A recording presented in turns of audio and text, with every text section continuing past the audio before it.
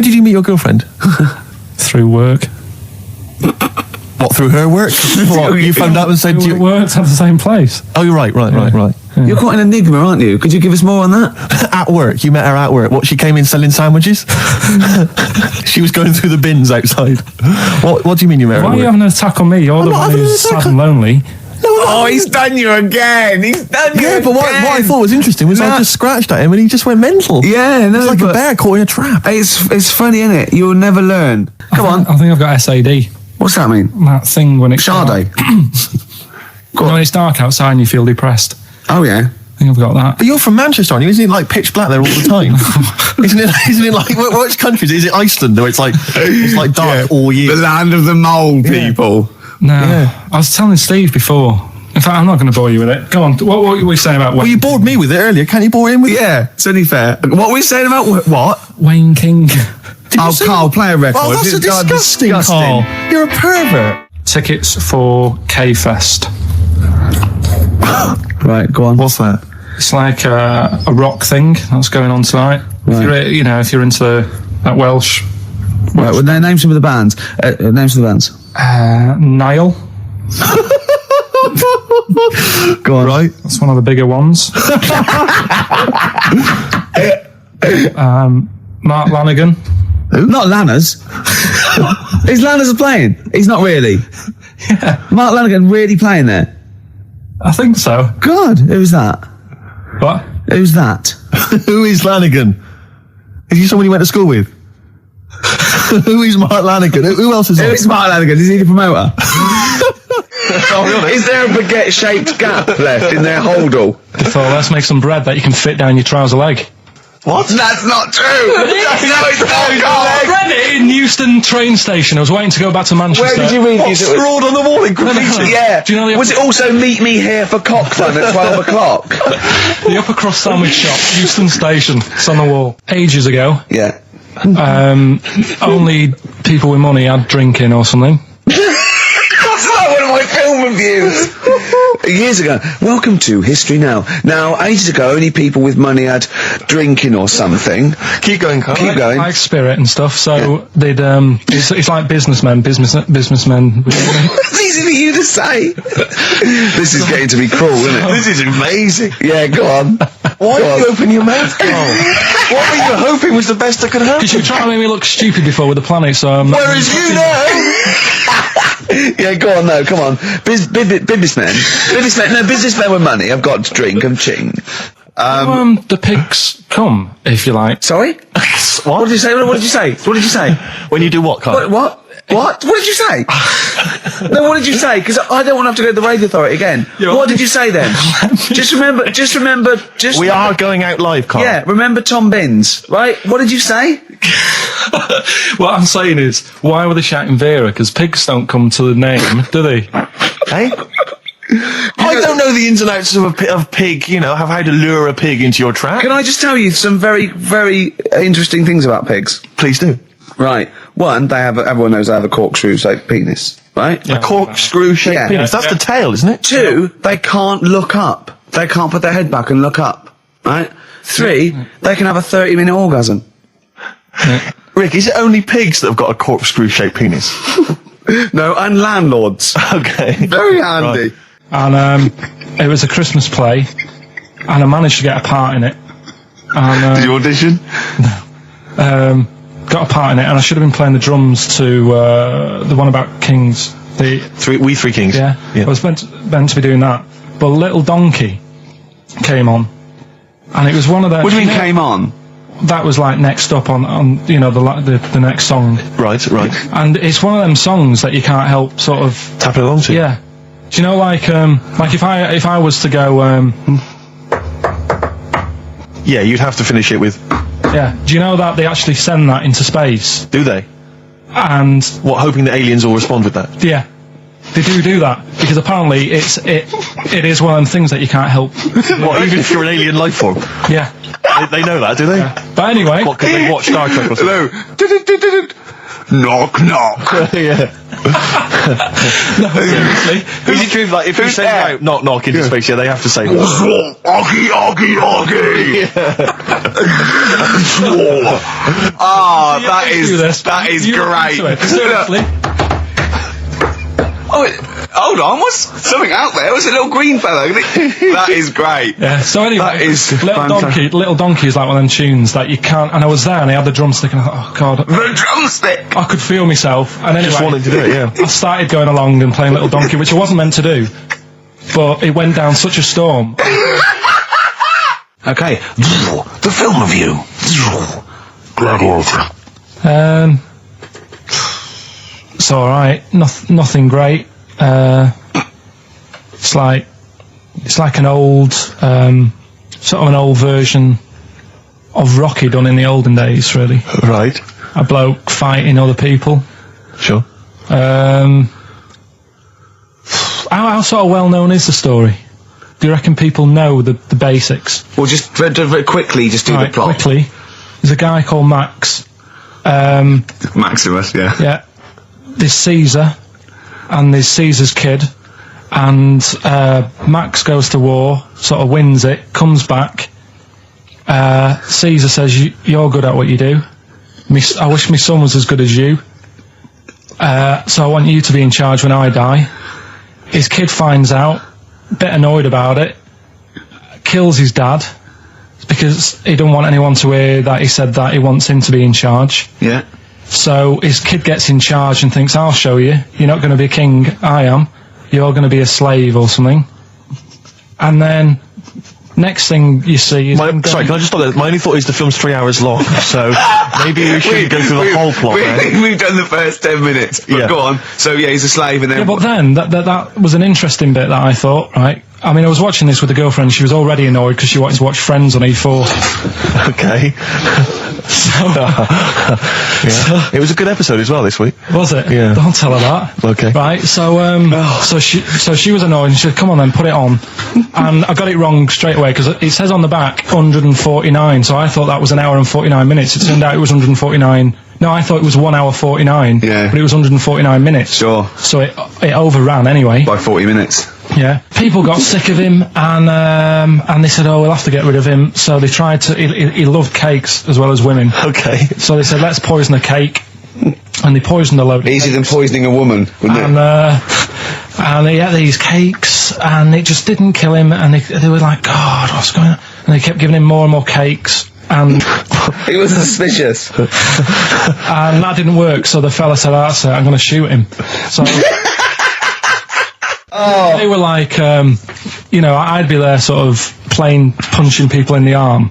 Oh, yeah. Oh, that's a great game. Oh, I love that, punch people in the arm. Is that part of the Olympics now? it's, I think it was exhibition this year. Right. But it's going to be a pro next it's going to be the Winter Olympics because you've got to do it in just a cap sleeve shirt in winter. Yeah. So you're also playing that? She, but whilst I But was she didn't doing appreciate that. She used to go, ow! No, I always think whilst I was doing that, they were like the Charlie's Angels and they'd be sorting out a mission somewhere because they were really like, there was something about them that you thought, they're special. They were private detectives. What do they work for a man they never see? I don't know if you saw it. What did you make of Posh Spice's Warts and All documentary? Yeah, I saw a bit of it. What did you make of it? I mean, people are slagging them off, aren't they? Saying, she's daft and that, but Don't you? she's. I think they're all right, honestly. Yeah, they'll be all right. She's all right. I mean, I think David's really a decent bloke. Sure. Tell us the story. What have you learned? Do you want to ask some questions? No, not really. Just sum it up in a minute. What do you Can't do it in a minute. Well, can I ask some questions then? Where was he born? Austria. Tell us about his early life. Right, he was a young lad. Brilliant. What in his early life? Okay. Yeah. What's the name? His mum was his dad's second cousin, which is a bit weird. Yeah. That is weird. They had 5 kids. He's going, it's usually first cousin where I come from. Oh, that's unfair, isn't it? There's no need for that. No, What do you do in your leisure time? I like, going out for food and that. Right. Foraging. What do you mean going out for food? Let's go. They come have a little hole and go Go hunting. Yeah. This is Karl. He's hungry. He knows he has to get to the greasy spoon by 11. Wow. Wow. Wow. Many of Carl's close friends have never made it across this road. There was a zebra crossing installed just for the safety of Karl. Beep, beep, beep, beep, beep, beep, beep, beep, beep. Can I have a bacon butty? And Karl is enjoying his, wow, but he has to get back. His girlfriend's asked for one as well. She's home with a PlayStation 2. Wow. Beep. We just had a call from someone saying his company would sponsor Karl, right, to be raised by all these balloons if he could have a walk-on part in the office. And we immediately went, we're worried about that sort of thing. You can't really promise that artistic, And I was worried about the legality of it as well. How can you promise someone that for personal gain that's a private and all that sort of stuff, right? And I went, I don't know. And anyway, put the phone down to him and Karl went... I love the fact you're more effing worried about that than me being raised 30 feet in the effing air. You started getting scared, did you? Are you worried about it? Well, You're quite excited about the idea of the challenge, aren't you? I like the idea, but I want like... Why do you like the idea, Carl? Oh, what if it went all wrong and we're there going, the humanity of it. I think we need Karl to get... he's just... And the rope would pull out my trousers. Oh, no, it's definitely got to be Dr. Fox if that's going to happen. God. Oh, we've got to do this. I both think she's a fine presenter, and I think she'd do very well on it. I think it's a good move as well. Yeah, but can you just say it's not forever? Isn't it? I think she'll become more popular than us. And I think that'll be the end of us, to be honest. Well, she can string a sentence together. I think she'll get lots of PR and everything. And she goes out with Big Boy Slim. Big Boy Slim. Who's, A good DJ. He's a good DJ. And, is her name Zoe Slim now? Yeah. Right. There will be nothing. It's 3 months in it. She's taken over for. Is she getting paid the same as us? I don't know. We'll find out. I bet it's a hell of a lot more. I'll go mental. I bet it's good money. It's good work. I'll go mental. A kid used to take a horse into the house. Sorry. Whoa, Neddy. What do you mean? A kid used to take a horse into the house? Where did he get a horse? Must have nicked it from somewhere. Must have done. You've seen a horse in it? No. What, is that from outside the saloon round the corner? Yeah, was it just tied up with a bit of lettuce? That's great. Did Big Jake come looking for it? I'd been out. Oh. No, sorry, let me get this. This was before the lynching stopped or after. Where did he get a horse from? What do you mean he must have nicked it? His mum said, where'd you get that from? I bought it. All right then, but keep it out the kitchen. I don't want you going cattling rustling. Where did he get a horse from, Karl? And how long did he have it for? Was he leading it or riding it? Mum, open the door, I can't stop. I can't stop it. Open the patio door as well. Looks like we got us a runaway. What do you mean? I've sort of... I don't think you can ever be boring. No, but what I've done, I've took like different ones. So I've took a good one that I think, that's a good quote. That was worth putting in a book. I've put one that isn't really a quote, so I don't understand it. Oh, yeah. One that isn't clever. and a funny one. So a bit of variation out of one book. Oh, how long did this take you? What did you do? Did you sort of like sit? About half an hour last night. And did you sit sort of like quietly at a desk or something? No, just in the lounge with the telly turned down. Oh, right. Just to give a bit of light to the room. Just had it on book, turned down. Have you figured out lights yet? So, so the first one, and it was like they stuck some bacon on his head. And as ever, the vital piece of information, i.e. the reason, Karl seems to have forgotten. Because the worm was in his body, and they said everyone likes the smell of bacon. Including worms. Even a Vietnamese lake worm. They love bacon. Remember last week when I said about the little fella with the bone with no brain, and you were proved wrong? No. We were saying it wasn't a little fella. We were saying it was a stillborn child. It wasn't a little fella. You're changing it now. You weren't having any of it last week. Right, hang on a minute. I'm getting confused. There was a Vietnamese snake that went inside of a soldier. A little like maggot or some sort that you have to get out of your body because it causes problems. Yes, and so in order to get it out of the body, they strapped bacon to his head. Yeah. That is great. This doctor. And did that work? I think so. They had a picture of him smiling. Oh, God, what, the worm or the bloke? The bloke. Oh, dear. Honestly, I hope someone knows the story. Right. It was about 3 years ago, I reckon. Okay. And, yeah, it did work. G.I. Bacon. So this is why I when So what, the worm burrowed out of his head to get the bacon? get to the bacon. Right. That's great. When my dad was when he was a taxi driver, Yeah. you used to have to sort of do your bit for the local area. Oh, God. By taking the Forest Gump people to Blackpool. Yeah. Is that what they're called now? The Forrest Gump people? Is that what the organisations that support them ask for them to be referred to? A minibus with life is a box of chocolates. exactly. .com. Well, Forrest Gump types. It must have been, so you work with these people. It was the people with learning difficulties. and he used to get 5. Coming home must have been a busman's holiday. So he got 5 of them in the cab. Yeah. And he had to go to Blackpool, and 4 of them were really good, behaving themselves, didn't mess about, weren't fighting and stuff. But there was one who was just causing loads of trouble, and he couldn't control him. And what you've got to be able to do with people like that, you don't want them to get stressed out, because it's not good for them. It stresses them out, and you could end up with a bit. Thanks, Dr. Karl. You could end up with a bit of a riot on your hands. So he thought, I'll nip this one in the bud right now, and he pulled up just on the outskirts of Blackpool. And he took the one out that was causing problems and put it in a wheelie bin. Oh, no. Oh, I'm sorry. I apologise. He did what? Oh, He did it for the good of the others. He put it in a wheelie bin. He was having a good time. He thought it was one of the rides. Can you stop saying it? He had another problem similar to it, where he had a little minibus, and it was his job to take a load of old women to the bingo hall, and it was miles away.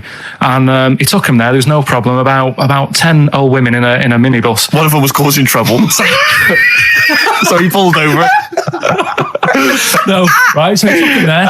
Everything's fine. He dropped him off. They had a lovely night. Yeah. Right? They had a lovely night. Won a bit of cash. Coming back, it's a bit of a late night, and they all started moaning at him, going, "I want to be dropped off here. Take me there. I want to be dropped off first. I've got to get up early. Blah blah. My husband's expecting me. I'm already late. Take me here first. Take me there." And he just pulled up in the middle of nowhere to get out.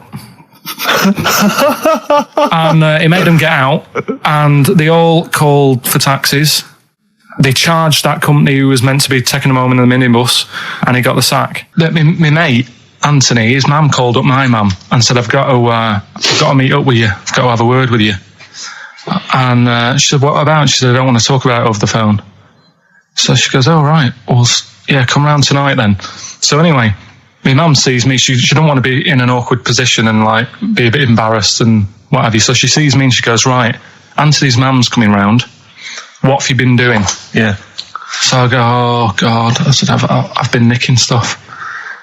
So she goes, like what? So not big stuff. I've had a few calculators and Mars bars and stuff. How many? I'll just work it out. Hold on. Works out at 7.2 per day. So how many calculators do you need? So it was when that phase. You failed maths, didn't you?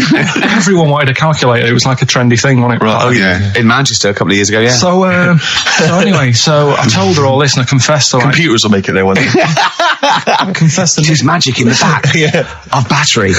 Go on. Confessed to nicking all this stuff. She comes round. She only wanted to borrow some money. Brilliant. She said, oh, I don't like asking. I was a bit embarrassed to ask you over the phone, but can I borrow 20 quid? Oh, that's fantastic. And there's me. That's great. And it's similar sort of thing to yours. And did you? And he went, hold on, let's just work out the interest on that. I bank at 10%. She'll owe you £4.40. Yeah. Oh, so your mum was a loan shark. yeah. And did she mention? She went, I just with that other, because what I'm saying is presumably you got your mate in trouble. No. Right, No. She went, no worries. I'll just go and get my purse. It's on the dressing table. Exactly. Yeah. Carl, do you want a cigar? Well, quite, yeah, but what is exciting, surely, is the razzmatazz and the brushing shoulders with the rich and famous. I'm not into that. You're not? No. I don't feel you're going to appreciate this like we thought It's you weird, because Suzanne said to me this morning, who would you like to meet there? Yeah. Is there anyone who, you can get close to, and it's like, God, I really admire your, big fan of yours, whatever. And this is me and Steve, so you're here now. Well, I really admire your big fanny. I didn't... What did you say? What did you say? You know, if you're a big fan of it. Oh, right. Oh, right, yeah. And Sorry. there isn't anyone really. Do you know what I mean? You know, you two are all right. Thanks. Jonathan Ross, is he going? He might do. I don't know. But hang on, wait a minute. I can't help but feel we could have exploited this more. We could have maybe run a competition to let someone win. Yeah. You know, if you're not going to appreciate it, Carl. Yeah. Are you going to get a trouser suit? Are you going to get a ladies' trouser suit? I just think then if you go sort of like looking macho and walking down with him, you know, they know that you're not really partners. And I just think it's a slap in the face for BAFTA. That's true enough. No, it doesn't matter what you wear though. Look at Elton John. Can't you mince a little bit? Can't you at least sort of walk a little bit mincy? Because you've got such a macho sort of mank walk. Elton John's fella doesn't look gay and the stuff he wears and that, does he? Do you know what I mean? It means nothing. No, but that's because Elton's doing the work for him. No, but By dressing as like some kind of restoration dame. Yeah. Right. Go on then, Carl. Second one then. This is a bit easier, but I still think it's a good one. So this is, we should explain what this is if you just tuned in. It's one of those stupid lateral thinking problems. That Carl himself has created. Yeah, that was his homework. Right, this one. It's a fella. He has a normal day doing stuff. Nothing wrong with him. Right. And It's the twist in the tale. It's just like Tales of the Unexpected. Just a normal day, nothing wrong with him. Hold on, though, he's got the legs of a fish. Go on. So, that's why he's been hiding his legs. so Go on. he does his The normal, legs of a fish. Sorry, Carl, carry on. He has his working day and that, Yeah. and then he gets a bit tired. Goes to bed. He puts the light on, leaves it on, goes to bed. Oh, That's crazy. that's mental. I can't think what's happened. Anyway, here's Radiohead. Right, okay. What? The question is, why does he put the light on when So he's a going man, to bed? he's had a normal day, he's come home from work. Is that right? He's come home from work or he's not been working? Yeah, he's just been no, out? it's been working and stuff, I think. You think? You've made it up, Carl. You can decide. So is the question is, why has he put the light on when he's asleep? There's a reason that he's put the light on when he's asleep. Has he gone to sleep? No, Carl, don't shrug. You're meant to answer these questions. He put the light on before he went to bed. Yeah, and the question you're And he's asking gone me to is sleep, why? What's and the scenario? And the light's on and Yeah. that, but he's gone to sleep. Yeah. He started reading and then he fell asleep. No. Did he intentionally, for some reason, put the light on? Every night. It's mad. Sounds mad. That's Carl, doesn't it? Every night he does it. Yeah. He puts the light on when he goes to light on sleep. it, goes to bed. Carl, is the point of this, he puts the light on for a very good reason. Not for us, but for some people. He's blind and it's always been on and he thinks he's turning it off, but it was on in the day and he thinks he's turning it off, but he's turning it on because he's blind. That'd be stupid. That works. No, that works great, Rick. Yeah. Thank you, Carl. So you've got to come up with... Hang on. If What? you're blind, why would you put a light on? No, he thinks it's off. Yeah. But why would he turn it on anyway? Just think so he doesn't get burgled, so people know he's in because he can't see him. So he just he puts the light on when he's there, then he turns the light off when he goes to bed, so people think it's fine. But he's got it out of kilter, and actually he's walking around in the dark all day. I don't believe that if you're blind, you turn your light on. I don't think you'd be living on your own, would you? I'm not having that for a Do second. blind people live on their own? For a second. Well, some people do. Lonely blind people live on their own. No, if you got bad eyes. What, even women? Are there any blind women who are living on their own?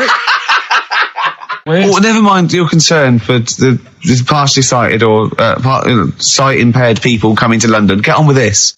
Yeah. So there he is. Yeah. It's like, a bit tired. Yeah. Just put the light on. Get to bed. Yeah. So he turns the light on and he goes to bed. Yeah. Oh, Should we play a track? He's not sleeping on the job. He's a lighthouse keeper. Well done. Is he a lighthouse That's not keeper? it, Carl. He's a lighthouse keeper. Right. Why wasn't the light on all the time? Because it's light in the day. You idiot. Play a record. What? Play a record. You're a buffoon. No, actually, the light isn't on in the day, is it? No, Rick? it's not. I think you're the buffoon. Yeah. Carl has won!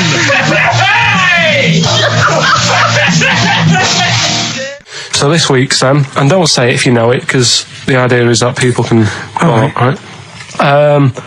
There's this bloke, and he buys a new house, right? And he's well happy with it. His girlfriend moves in with him and stuff, and she says, right, let's clean it up a bit. Yeah. And, straight away it'll be worth more money.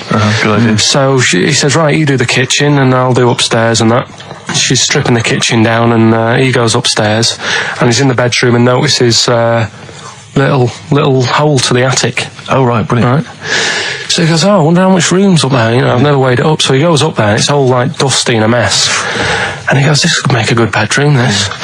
So he starts cleaning it all out, puts all the rubbish, like, bins the rubbish straight away, and there's little boxes with bits in that don't belong to him. So I wonder what's in here, right? So he opens one of the boxes, it's like a little lamp. Oh, right. And he goes, this might be worth a few quid, right? And he rubs it. Magic lamp. And all the room goes all sparkly and stuff. And he goes, oh, what's going on? And then this fella appears, right, in a nice sort of pair of 501s. Right. And he says, what do you want? I know already. So all the first bit is irrelevant. Yeah, but it's about building the story, isn't it? So don't say anything. Do you think you know it? Steve, do you know it? I don't. So I just quickly recap the end there. I almost missed the end. There you go. He's in the attic, right? His missus is still downstairs. She's not up there. Okay. Right? He's on his own. And he cleans this lamp, right? Yeah. And this fella appears out of all this smoke, and he's wearing a nice pair of 501s, and he's wearing a shirt. And there you go. What's the song? What song are you thinking of? The lines are going mental. Because it's so easy. Let's play a record, Carl. We'll come back and we'll find out if anyone's got that right. That's a great one, Carl. Really. Right. Did you just come up with that? Literally in the last 10 minutes. Genius. This is genius. Definitely. I mean, if those calls aren't from major TV companies, I don't know. Dynamite stuff. A lot of them are, what's his name's lawyer? Simon Mayer. That's my favourite thing I've done for years. Yeah, not bad. That's great. Back to form there. So, okay, line. The lines are going mental just because it's easy. Go on then. So I first one to get it. But well, it's not that though, Rick. I mean, Carl has just decided to revise the actual rules of the competition. Yeah. So that we've decided is very easy. So that's now a qualifier. And so then they have to answer one live. Exactly. So whoever gets that one right can play is it for a quick big money. one as well? Because some people will lose the will to live. Just cut to the chase. And because they've got to qualify now, we're throwing an Office DVD that aren't ready yet. That, won't you? Yeah. No. That increases value by 42 pence. Right, go on. We'll just go live, yeah? Hello, XFM. Yeah, hi, how's it going? Not too bad. Not too bad. Listen, a very, very quick recap, Carl, if you will, please, for the people listening. Very quick. Right. A man ends up in a loft. Man's, after moving into this house and that, he's in the loft. And he's tidying up. His missus is downstairs doing the kitchen because that needed doing. He's up there. He's cleaning up, emptying the boxes. He finds a little. He rubs a lamp. A fella comes out wearing 501s. What's the song? What's the song, mate? are you talking to me? Yeah. Sorry. Yeah. Well, look, I'm sitting in this bar, right? I'm not ringing up relating to anything that's going on right now. I'm after one of these armbands to go and meet Bowie on Monday. Can you help me out? What? What? Piss off. You can't say that to our public. Yes, I can. What I can't bear is people begging, Rick, on the radio. You know, I can't bear it. Is that the Australian bloke who's got the Bruce Springsteen tickets? Hello, XFM. Hello. Hello. Are you phoning up for an armband? No. Okay, great. Gene Genie, of course it is. Well done. Well done. Right, what's so your name? Everyone else can ring off now because this. Well, she might not take the challenge. What's your name? Hello. What's your name? Christina. Right, do you want to take on the challenge? Yeah. Yeah? Oh, Right. So this is for. She's already won a couple of CDs. This is for the Office DVD. Right. Okay. Signed by Ricky Gervais. Did you witness a murder while you were doing this? Yeah. It was like that sort of Sliver film where that bloke had loads of tellies watching people's lives. So that was going on in my mind, and then I was washing up, and I picked up the plate, and I thought, oh, it's amazing, isn't it? The human body, the way you can just sort of, I want to pick that up, and you do. Yes. And the way your hands work, right? You've got 5 little digits, but it's just the right amount to do what you've got to do, right? So I'm cleaning the plate. Sorry, Carl. Stop. It's just the right amount. Might be one of the most genius things I've ever heard said. I would love David Attenborough to phone you up and say, Carl, how do I word this about the evolution of the mammalian front limb? Just go, we'll just say it's the right amount. But it is. One of course extra would get in the way. Yeah. And one less would just make it a little bit more tricky when picking up a bit of a slippery dish. Sure, or buying gloves. Yeah. A slippery dish. So then I was thinking, imagine like going to the doctors and he's saying, yeah, everything's all right, your art's good and everything, but... Your art's good? What, your Larry's, or...? Yeah, your heart, you're in good form and whatever. Sure. Yeah, it's good news. You know, I had Giano in earlier. He's not looking good. I had Fats Waller. But you're all right. But your hands need to come off. Right. Blimey. But, That's bad. Like, I get a second opinion initially. but a better good news, I've got a nice pair of feet I can sort you out with. Yeah. And he puts them on, and then I was thinking, right, first of all, washing up, what would that be like? I thought, Steve, that'd be tricky. And then the second thing was, it'd probably ruin the sort of the shape of your jumper. Because you have to keep putting the feet through there. Yeah. And then I thought, I could still cycle in Okay. to work. you could run in. Well, that's the thing. You'd be really fast. Well, that's what I was thinking. I thought I could still cycle because I could balance, and then I thought, but the only thing is I probably couldn't pull the brakes. Because of the little short things. Yeah. And then, like you, I thought, but then again, you're running in half the time. So that's what was going on in last night. So she said, yeah, it's a nudie speech. So I said, well, why? What? I said, we're all mixed. It's all mixed up. Normally on a nudie speech, it's a nudie speech, and you don't go wandering on there when you get your clothes on and that. So it annoyed me a bit because there wasn't any signs. So this fella's getting closer. Well, the knob out was a sign. Yeah. Right, so he's getting closer. And he walked past me. It was an old fella. And he walked past me, he had a hat on and a little pipe and a big rucksack on his back.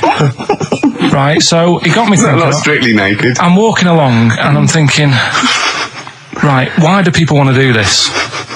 So straight away, I wasn't on holiday anymore, because most of the time when I'm on holiday, I don't think about anything. Right? Your mind's a blank. I just switch off. Right? But all of a sudden, this has got in my head now, and I turn around to look at him, and Check out his eyes.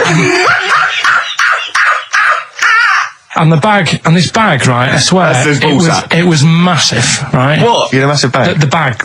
His rucksack? His rucksack. Oh, right, okay. When he said there was an old couple coming towards me, I said, what was lower, the bloke's bollocks or the woman's tits? And he said, well, that was another point. She might as well have worn knickers. Because that's what he said to me. So you saw the bag? So it annoyed me, yeah, because the whole idea in it, this is why I think, I mean, I might be wrong, right? Might be wrong. Chances You never have been. You never have been before. Being nudist, right? What's it all about? So I'll tell you, on that point, Carl, let's play a tune. Let's come back and we'll discuss. What are we going to play? We'll discuss that very issue. We've got some ideas. We did chat about this last week, Carl, in your absence. All right. Well, we'll play the choral. Okay. It's a good one, this. Yeah. I'm sure if there's a doctor listening or a nurse, they will clarify that if they pump you with all sorts of stuff, it wants to come out. Right. So you're sat there having a serious chat. It's a quiet hospital. The woman next door with the blue hands suddenly starts seeping gas, right? Well, I start laughing. Because if there's one thing that makes you laugh, it's that. It's a 98-year-old woman with blue hands fine. So you try to hold it in because it's a really quiet hospital, and it'd be obvious that I was laughing at, and I didn't want to be mean, but it was funny. And then it got me talking about my auntie, because my auntie Nora, she same thing, pumped her with loads of drugs. She used to have a cabinet next to the bed is like boots. She's got loads of stuff, right, for all sorts of stuff. And I mean, she's not that old, but she's on loads of stuff, right? She's a bit coked up, is she? She called up my mum once, and Yeah, you told us this. Go on, tell it again. and she said, "Oh, how are you doing?" And that. She's all right. Bit worried though. My mum said, "Why? What's up?" She said, "I've been breaking wind." So she goes, "Well, you know." She says, "No, but this one is going on and on and on." And she was like, she was like, what do you say? What's like passing wind, farting for 5 minutes. one thing, not like, you know, trumping and then nothing. Yeah. Continuous drone of a fart. I'm eating. Hey? I'm eating. So am I. Carl, you have to carry on. Right, yeah. We're all eating. Those crisps, big crisps. So last week, yeah, you were playing your feature, that song, I Shouldn't Switch Off, because I'm enjoying the story. Yeah. And we played Living for the City, only you played the single mix, which doesn't have the entire second act, if you will. Yeah. So Carl, you've not heard it before. I've You're never excited. heard it before. You're excited to hear the second act because, as far as you're aware, there was a young guy. He's living with his family. They're fairly impoverished in Mississippi, but they're happy. They're getting on all right. But you're not even aware that he's moving to the big city. No, it just fades out. Well, that's the city in question. I mean, I've liked this song for must be 3 or 4 years, and I've always listened to the single version. I had no idea that I didn't know the full story. So it's not. I mean, I know your attention to detail. You like to know the full story, like where everything. Well, was. the whole idea of the feature is to say, you've got to listen Where to the was the song. lead plate thing? Where was the lead plate thing? Where was the lead plate thing? That was like a few years back. Where was it? In Britain and Scotland. Yeah. It was a problem all over the world. They had to deal with it. You're making it up now. Is it something you saw in Lord of the Rings? Yeah. Right. So anyway. Yeah. So the Lion and the Witch. Yeah. Go on. Go on. So far, then, what did we learn in this story? From We learned so far from Stevie that there's a young lad. He's got a family. He's fairly happy, except they're very poor and they struggle to get by, but they're happy. They're doing it anyway. He's moving to the big city. Carl, this is the bit you didn't realise. Just play the track. Okay. Here we go. So this is halfway through. This is halfway through the tune now. This is you've not heard this before, have you? Let's go. Sorry, I accidentally played an episode of Kojak by mistake. We were going to play a song. Oh, what did you make of that then? Yeah, what's happening there then? Eh? He was living with his family. He was fairly impoverished. He went He's on a moved bus. to Is the that new. bus he was on, was it? Right. So what's your take on it, Carl? After hearing that, what I've worked out by it, the first part that we heard last week, everything's all right, but it's not that great living in Mississippi, right? So he goes, I'm going to go to New York. There's plenty of work there. Yeah. They'll sort of accept me as, and everything.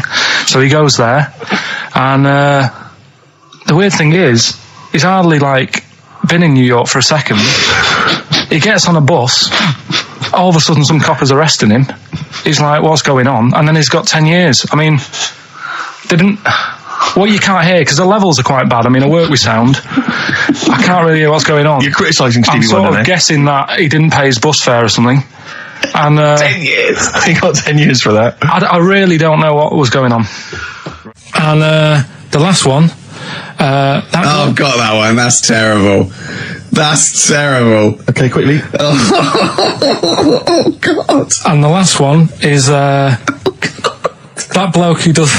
Come on! It's making me laugh. Come on, Carl. Be professional. Right, the last one. Right. I can't do it. It's making me laugh. Oh, come on, I'll come and read them then. No, hang on. Come on, Carl. Right, here we go. They don't do this on Blockbusters on TV, do they? No, come on. That bloke who does sport on telly.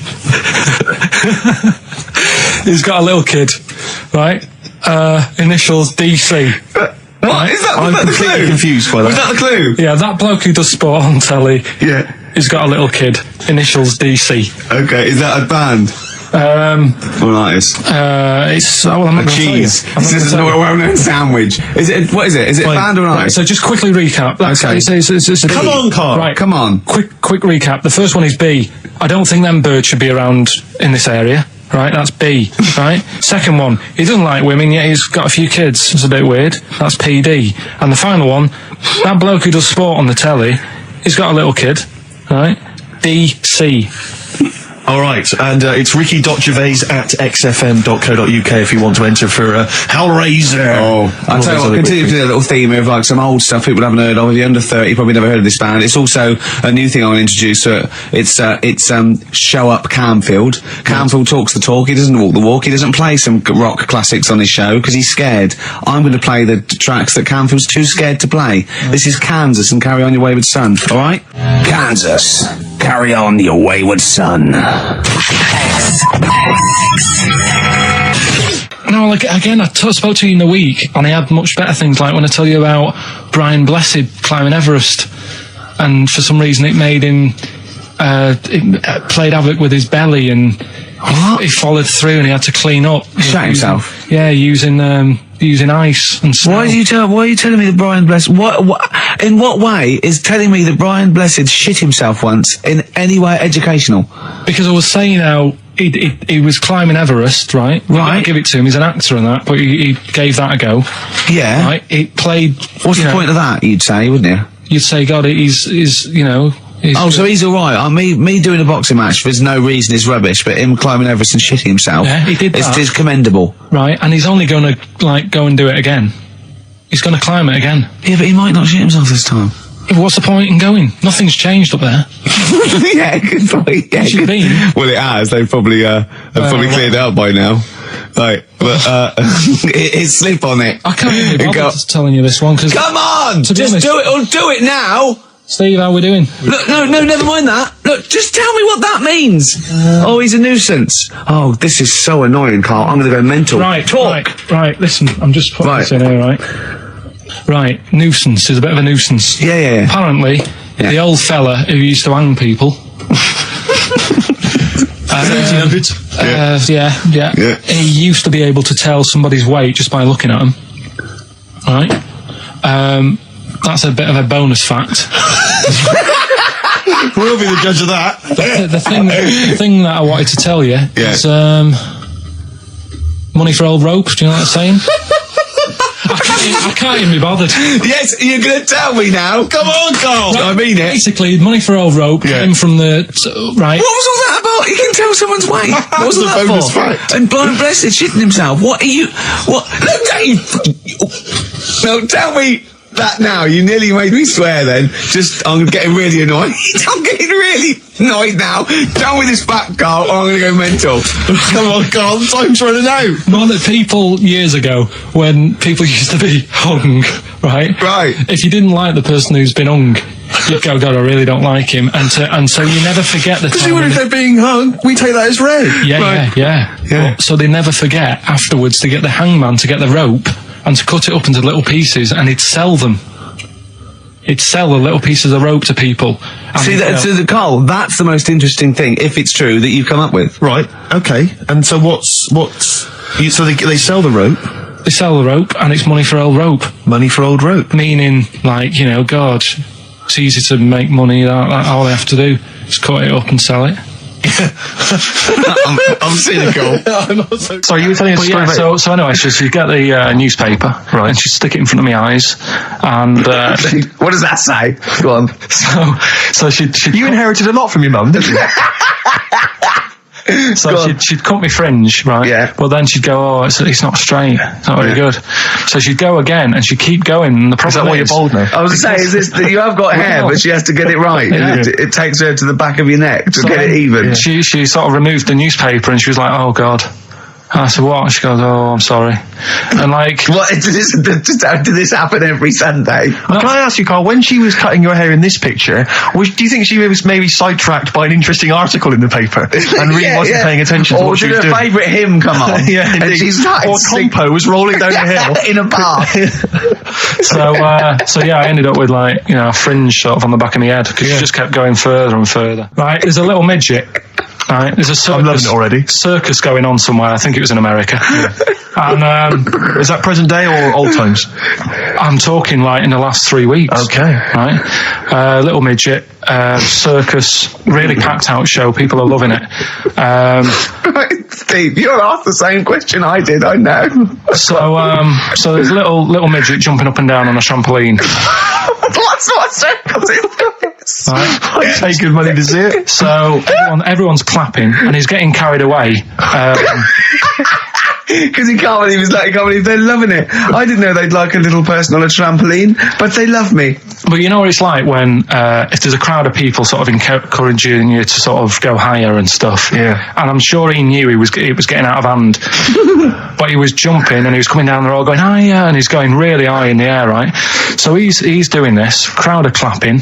There's a hippo, right, just sat next to the trampoline, getting ready to come on and do his act. Oh, right, I thought he was in the audience. That's it, getting ready to do his act, Steve. So he's a ventriloquist.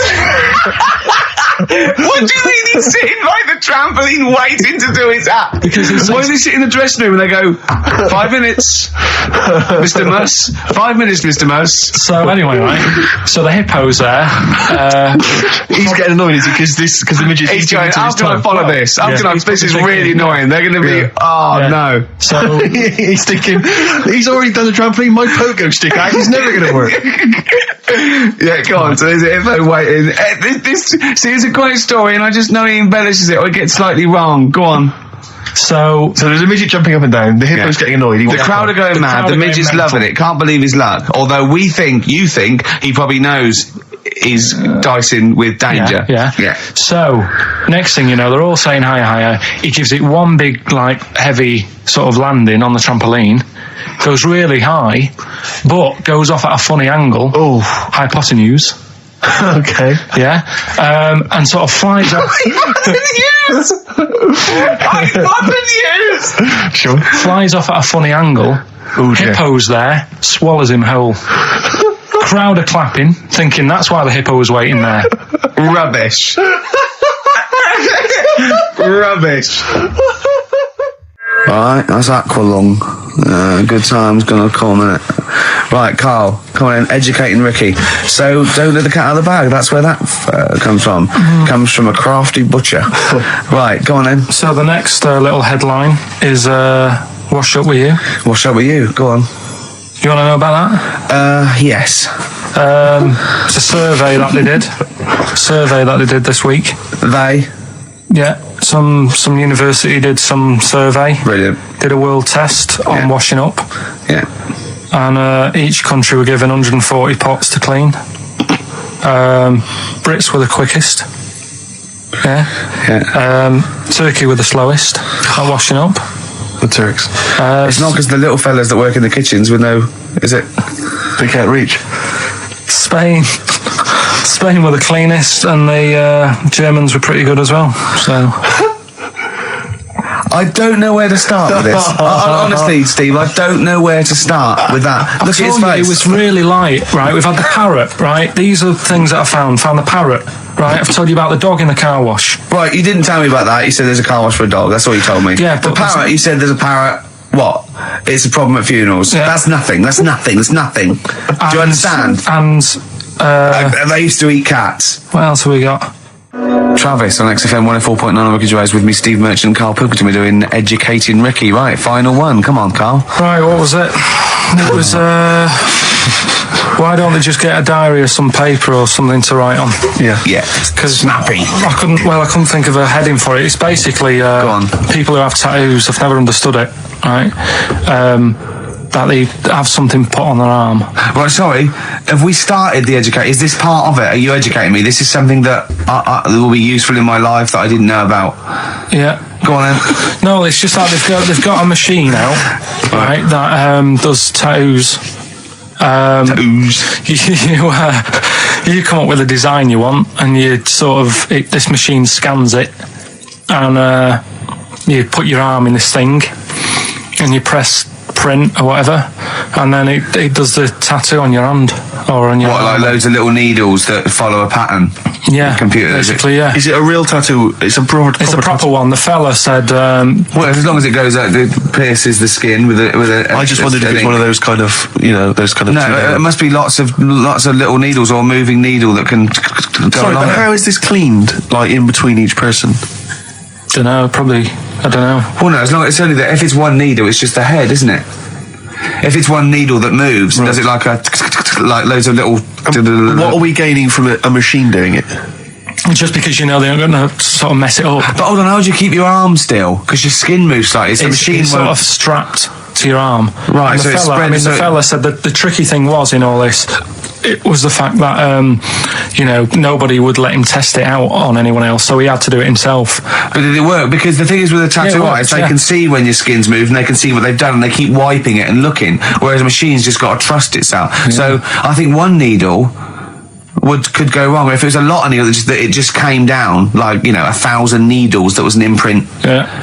But obviously I'm asking someone who hasn't delved any further than there's a machine that can give you a tattoo. That's all you've got at the moment, isn't it? Well, basically. That's all you've got? I mean, that's what I've got, because I'm not a fan of tattoos. I don't... But where did you read this again? This was... Internet? This was on the internet, yeah, it was, yeah. Okay. And I just don't understand why people do it. That's what got me attention. Because me... Sorry, what have I learned from this? That if you wanted to get one, you can get one done by a machine now. Well, you'd think it'd be Bughead, wouldn't you? What? Well, you'd think it'd be Bughead, wouldn't you? You'd think it beat... No, you'd think it'd be... Yeah. You'd think it'd be Buggered, wouldn't you? Bughead. Bughead. This can't be. If this is anything with a bug living without a head, I'm not interested because we've done it. All you've done is let's just do what a cat. So it is that. Do I do that one first? Which one are we doing? No, do the Bughead one. Right. Well, the Bughead one. Well, we've talked a lot about animals and that, haven't we? Without heads. Surprisingly, we have.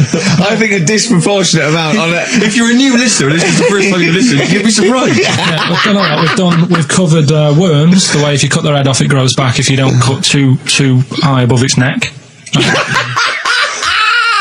We've covered the chicken, the fella who blinked. Yeah, I can't go into it again. Right, let's not go into it again. We've had the chicken with no head that lived for 8 months. Yeah, and we've had cockroaches living for a week without an egg. Right. Okay. Well, it's a bit more on the cockroach front, really. Right. They found that if you get a cockroach and you cut its head off, and then you find a cockroach that's still got its head but it hasn't got any legs. Right, it's not over for both of them. Right, because what you can do, you get the one that's got the legs. Right. With no head, sort of running around.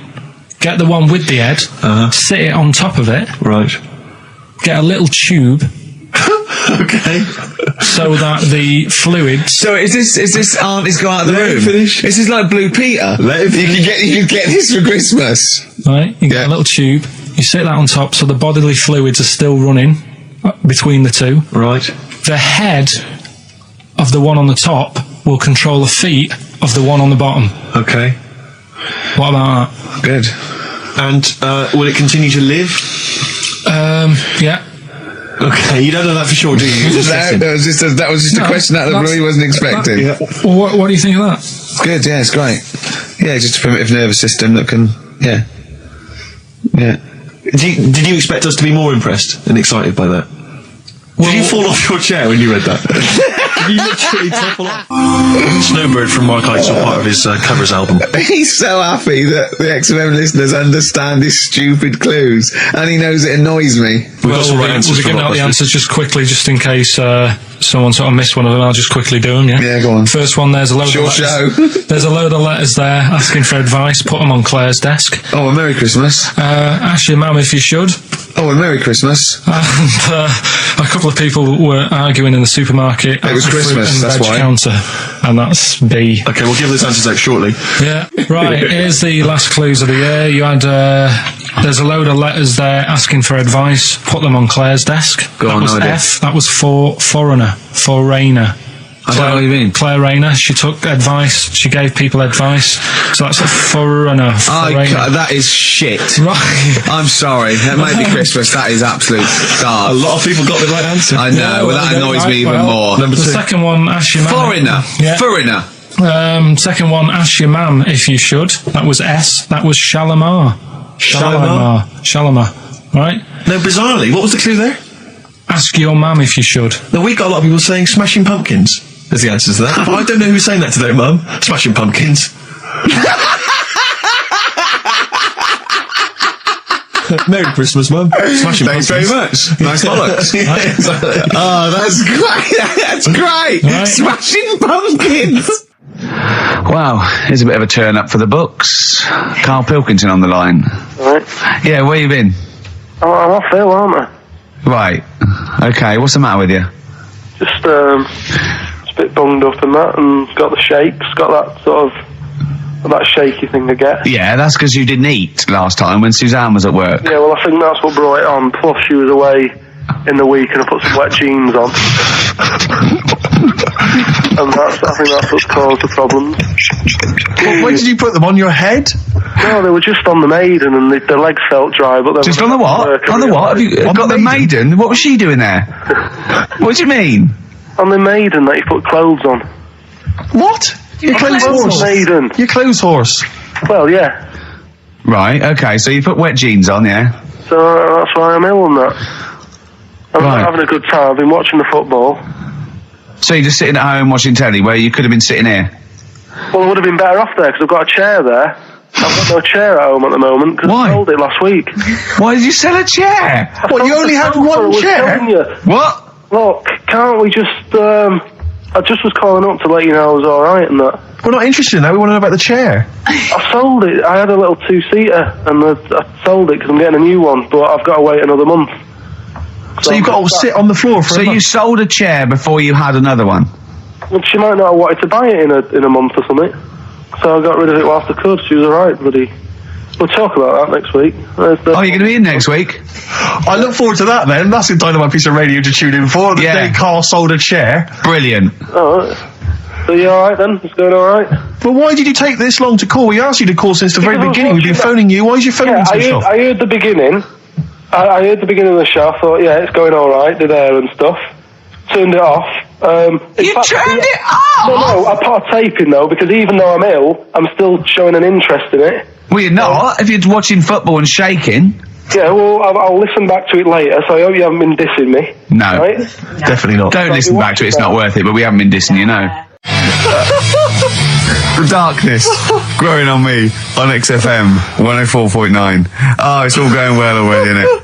The microphones fell apart. Carl's shouting because he got headphones on. His music's turned up too loud. Canfield level. God, it got pre-out. Look at him giggling. Look at him. Look at him laughing. That's so funny because I got a letter here from who was it from? Mike Heel, who sent me a little picture of a little Japanese fella from a film who said looks like me, and he does a little bit. But he says, please can you make Carl laugh? I've never heard him utter as much as a snigger, and I'm worried he may have a genetic disorder. Well, I mean, he has got a genetic disorder, obviously, but he was giggling then. I hope people heard you then. Look at his little face. It was a joy. Oh, I love the things that make him happy. But I love the fact just before the microphone came up there and just before the record finished, he had his headphones on, the music was too loud and he was just shouting, Bauhaus is not working! Bauhaus is not working! Play something else! I went and found Ziggy Stardust by Bauhaus and he said, why isn't it working? Look at him giggling, look, he's lost it! Is he going away? Are you on drugs, Carl? What have you done? He's tickled. Look at his little, he looks like one of those shaved monkeys. Look at his little... Oh my God, I've never seen a forehead glow. I know, it's extraordinary. Oh. And he's got that red shirt on as well, so the whole of him is just a big glowing... Carl, what are you trying? What are you putting in? Right, I'm going to see if I can get this to work. Go on then. Hang on. Brilliant radio. I hope Dr. Fox is listening because I think he's eating his words right now, Steve. Right, I think I've done it. Well done. That's excellent. Right, what Let's play Bauhaus now and let's try and compose ourselves. This is Ziggy Stardust by Bauhaus. Yeah. Actually, a bit of extra monkey news if you want it. Okay, always. Do you know the Monkey News Extra. Go on. Do you know the Halfords ads? Halfords ads? I don't think so, no. What happens? Halfords, they've they sell nuts and bolts and stuff. Right. They were using monkeys in the ads. Okay. Yeah. And what happened? Don't they sell bikes, Halfords? Well, mainly. Bicycles and motorbike stuff in that. Okay, so they're using monkeys in the advert. What happened? I can't handle it. What? I can't do this. Look at him. I don't care what he's doing. Well, basically, right, there was a load of hassle because they were using these monkeys in this Halfords advert. Yes. Right. And what happened? Get to the point. It turned out there wasn't a problem because they were mechanics in the first place. What, they were monkey mechanics? Yeah. What are you talking about? Mental. What are you talking about? That's not a story. Right, anyway, listen, let's get back onto They were mechanics in the first place. Right, listen. Right, so they're making this documentary. Right? And stumble across a little gang of... Come on! Just... Get on with it, please. Little gang of monkeys. That's Yes. the first time I've ever laughed, don't hear that. I know. Well, brilliant. What do you want, a cake? Come on. Can we play a song? Oh, I don't understand what is wrong with you, you freak. It's making me laugh. Just tell us the story. Alright then, alright. So anyway, right, so there's this documentary being made. They found a little gang of monkeys. Right, play a song. I don't know what's going on here. I apologise. It's just if you were looking forward to monkey. Got to hide your love away. According to the Beatles on XFM 104.9. I'm Ricky Gervais with me, Steve Merchant. Right, Carl, come on. Monkey News. Everyone's composed. The jingle, please. Oh, chimpanzee that monkey news. Excellent. Okay. Right, where were we? We were just start again. There's some people making a documentary. For what? Okay. Making a documentary in the jungle and that. Right. Stumble across a little gang Okay, come on. All right. A little gang of monkeys. Yeah. Oh, come on. So the camera crew are there filming it. Yes. Everything's going normal. It's all fine. Nothing odd about it. Okay. They're not running a restaurant. They've not got any barbershops. Nothing. No. Just regular monkeys going about their business. Yeah. So anyway, what normally happens is the monkeys sleep with the partner. They already do what? They don't sort of sleep around in that. Once they find the girlfriend or the boyfriend or whatever, they stick with them, right? Okay. But anyway, they were watching this one, right? And it's going around a bit, sleeping around. Oi. And it was getting fatter. They thought, this is a bit odd. Yeah. Right? So followed it round and see it having it away. Turns out, little prostitute.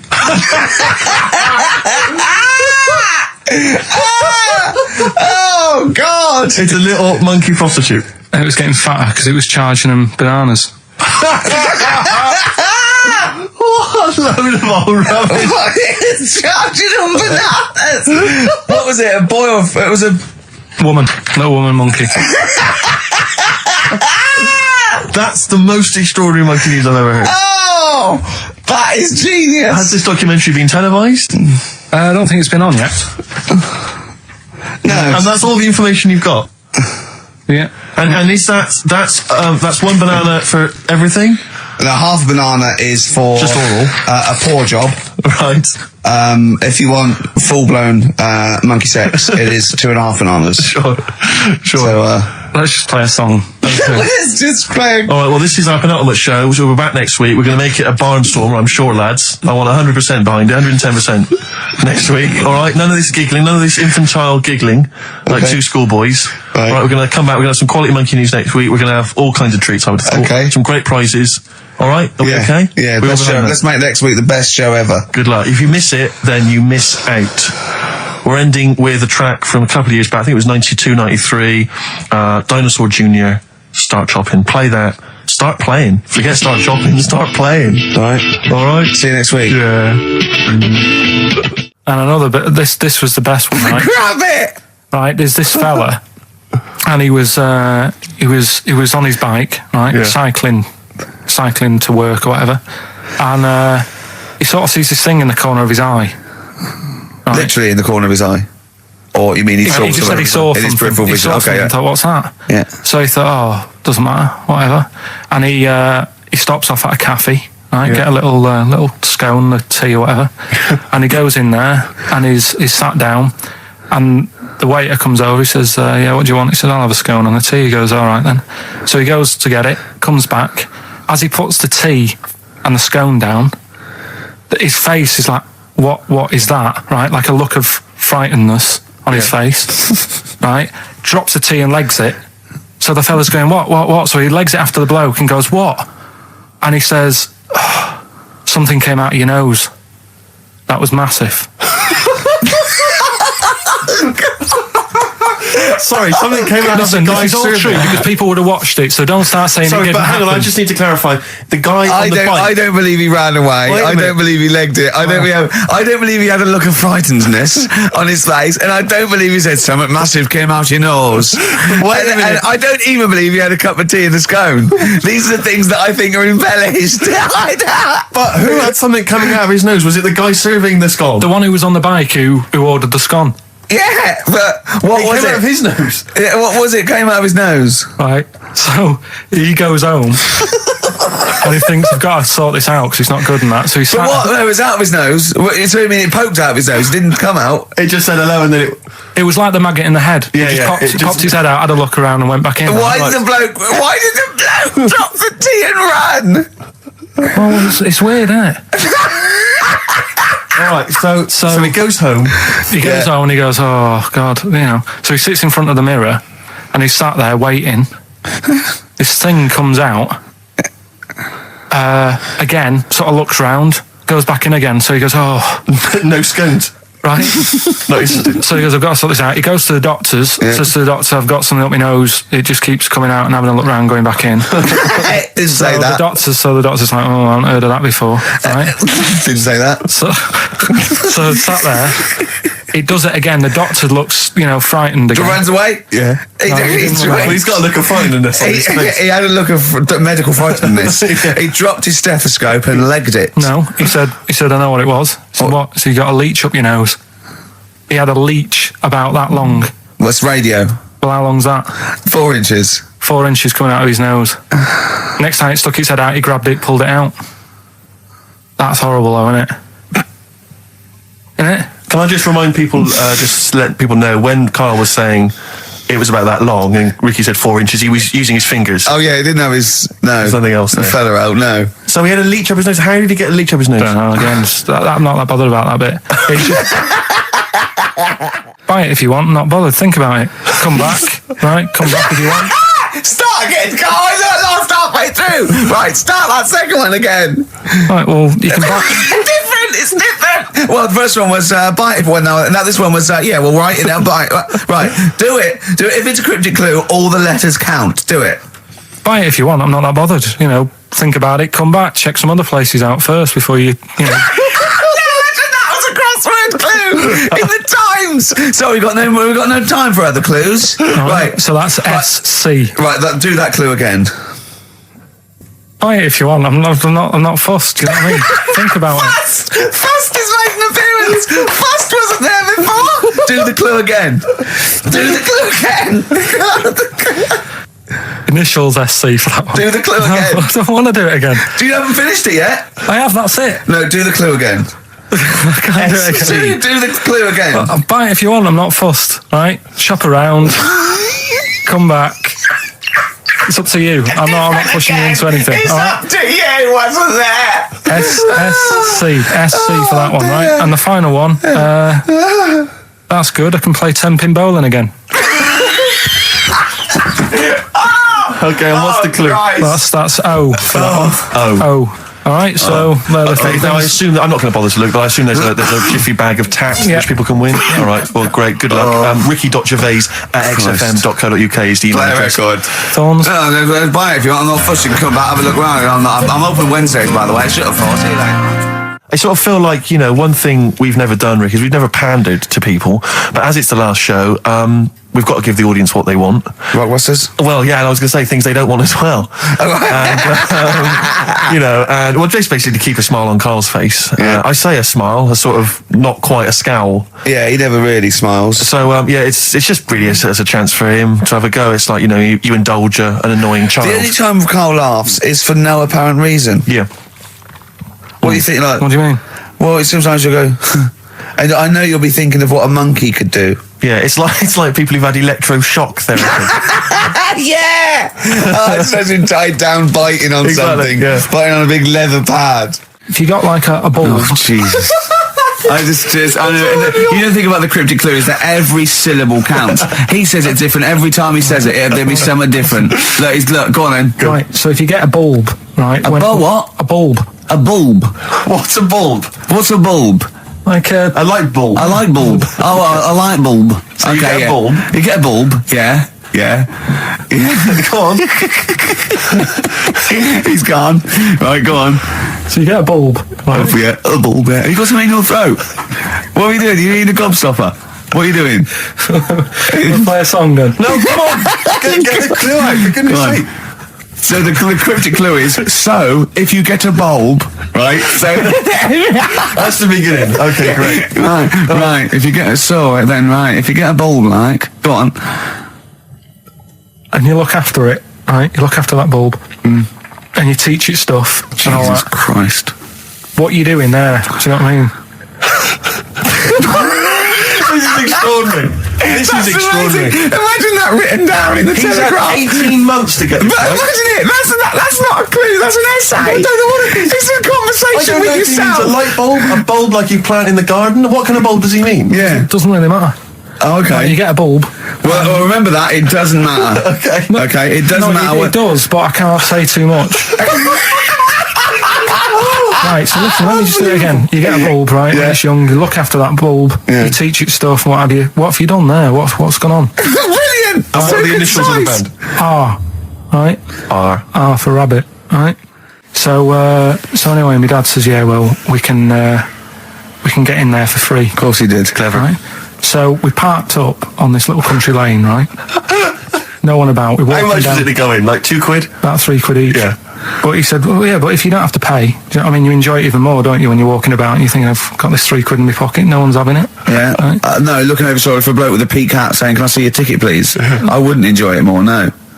Go on. Yeah, but you don't worry about it, do You got a bit of money now then, Rick. You've changed. So anyway, so we had to walk across about 4 fields. For £3! Right, and what happened was we're walking through all these fields and what have you, big grass and muddy bits and all that, 'cause it'd been raining, and climbing over fences and stuff. And we're in this field, right, and I look to my right and there's about 30 cows all staring at us, right? And Suzanne started to panic a bit. She said, we shouldn't be here. Dad says, of course we can. We're allowed to go wherever we want. You know, all this land, it's ramblers' rights and all that stuff. Yeah. And take a cow if you want. So, unattended. Serves him right for leaving him in the field unattended. I'm having one. And so keep us fed for a week. across. Anyway, these cows start surrounding us.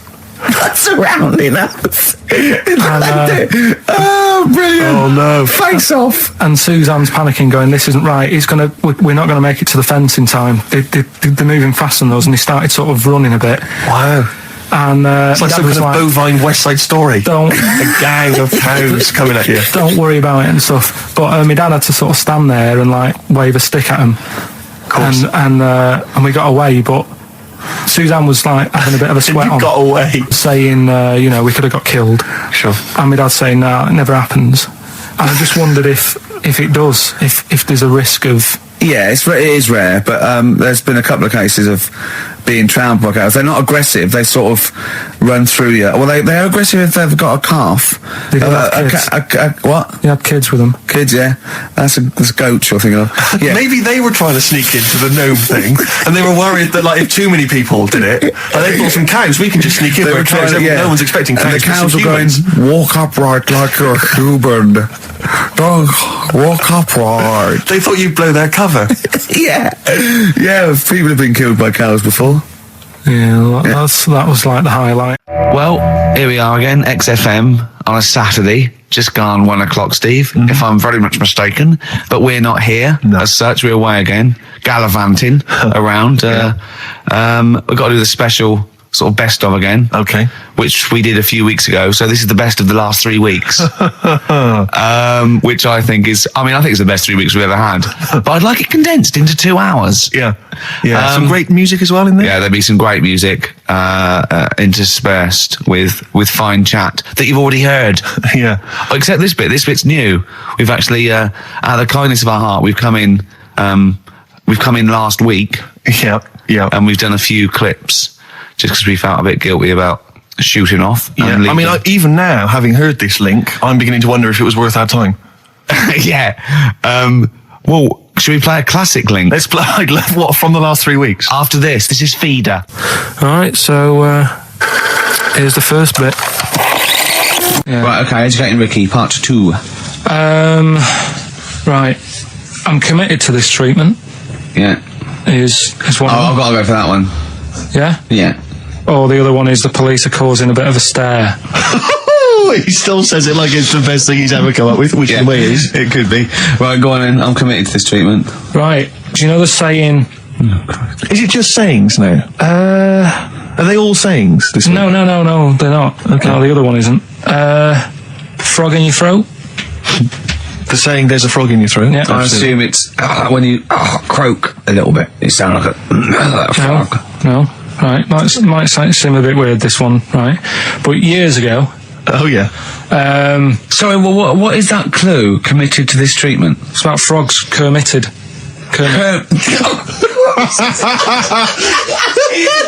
Probably works better with a K and an ER written down. Well, also, if you pronounced it Kermitted, yeah. but not committed. Committed to this treatment! Right, go on then. That's genius. So yeah. For what? You go to the doctors and you go with throat hurting a bit. Right. And what they did ages ago. Ages ago. What year was this approximately? We are going back quite a bit with this one. Oh, okay. Go on. And the doctor would say... Did history. Imagine years ago. Go on. and the doctor would say, right, keep your mouth open and you just look at your tonsils. And the jaw would ache a bit because they weren't as quick back then because they didn't have the technology and stuff, and they'd have to like stare at it and study it and stuff. And like they get an achy jaw, right? Keeping their mouth open. Yeah, like you get, Yeah. you eat a Mars bar or whatever. So they'd sat there and they used to always close their mouth, and it used to annoy the doctor. Right? So what they did, they used to get a toad. Right. And put it in the mouth. Rubbish. Okay, keep talking. Keep talking. And that way they couldn't close the mouth because either they'd squash it, Right. or apparently you're not allowed to lick a toad's back. So the doctor would have them for breaking the law. No, but it's poisonous, right? A toad's back. You should never lick a toad's back. Or put it in your mouth, really. Oh, just stop for a second. Wait. What? Can I just ask one question? Go on, yeah, Just go ask on. one question. I've got a few, but go on. Sure. My initial thought is, it sounds like a brilliant bit of sort of medical knowledge there. It's a great idea. Yeah. My only thought is, how does the doctor see past the toad? Yeah. Your tonsils? What's he actually looking at with the mouth open? Surely the toad is Isn't in it the like hopping way. around in the way? It didn't say. Sorry, and my first question is, was this on the internet? Yeah. Yeah, okay. Carl, that is bollocks. That is, I mean... Well, all right then. Let's turn this round. Where does the saying, you got a frog in your throat come from? Probably because you sound a bit croaky. Probably that. Probably because you sound a little bit like a frog when you've got a sore throat. Carl, did you not question it just for a moment when you read it? Just for a second, didn't you think that seems an odd approach? Firstly, why a frog of all the different Because species? it's poisonous. A toad. So it's a toad as well. Yeah, well, that it worked. I'm committed. Worked. No, My point is it's frog in the throat. I was going to change it to, have you heard the news Toad Day? But I went with the frog. Oh God! Right, so that's think rubbish. about it. So that's rubbish. Next, can I have? Let's play a tune. Let's come up with the God. last one. Can I just say? No, just play it. Just play it. Yeah. Yo, Carl. It was my birthday, right? Went home after working with you a couple of Saturdays ago, right? Girlfriend was like, open your card. And I said, no, it's my birthday on Monday, I'll open it. You obey by the rules, certainly on birthdays. Birthday rule. Well, there's no point. Well, exactly. Chaos leads that way. Yeah, right, so... Not an anarchist, never has been. So anyway, she was kept going on, and it was doing me head in, so I said, alright, I'll open it. Yeah. So I opened it, ticket fell out. Surprise holiday to one of the Canary Islands. So... And what was your reaction? I mean... First one was we haven't got enough money for this, but I didn't want to ruin it, so No. so I didn't go on about that, and I said, oh, it'd be great, so I can't wait. So, Did you say it in that tone of voice? Well, it was good timing because I was tired and everything, and I'm not a big holiday fan, but the timing was right. Yeah. Do you know what I mean? It's the same as last night. I don't always like a curry, but last night You're in the mood. you get that sort of, oh yeah. Curry, you had a feeling. Yeah. You thought, and then lo and behold, later you were eating the curry. It's weird, isn't it? Isn't it weird, the paranormal? Isn't it weird? They work in mysterious ways. Yeah, ghosts. yeah. So anyway, right, the island, if I was on with your ear, I'd probably say it's a bit barren. Okay. Not much there, but if you get a hotel, you guarantee good weather. Right? Are you? No, what I mean is, it'll be a good holiday. If you get a hotel, right, the weather's always good, so you'll have a nice time. Yeah, it was a comma, yeah, it was a, yeah, go on. And all that, and the food was alright, and everything was going alright. I was just having a nice, relaxing time. And how do you sort of spend your time on a holiday? You just lie around? Is That sort of holiday, just lying around. I bought a book. You bought a book? Yeah. Okay, ghosts? No, it was short stories, right? About It was ghosts? it was about like special days in our time. time before me and stuff. Oh, yeah. And it was like, it was telling you about how in, I think it was 1814, the Thames frozen up. Yeah. And all these stories are told by eyewitnesses. Yeah. Right? So there's some fella who was around in 1814, and the Thames was frozen, and people used to put market stalls on there, and they'd do the shopping. It was like like an Oxford Street. Was that Mad Liar Charlie? No, because he's famous for that. Well, I'm sure, you know. No, I think that was Mad Liar Charlie. Yeah. So I was reading that, and then after a couple of days was a bit like, boring. Yeah, you can only do sort of so much lying around And so much reading. So Suzanne said, let's go on the beach, have a walk. You ain't gone on the beach? Where have you been up to this point then? In your room? No, just like around the pool, just relaxing and having a swim and that. Yeah. So she said, let's go on the beach. I said, all right then, yeah. So wandered down to the beach, and first impressions are, yeah, it's all right, it's clean.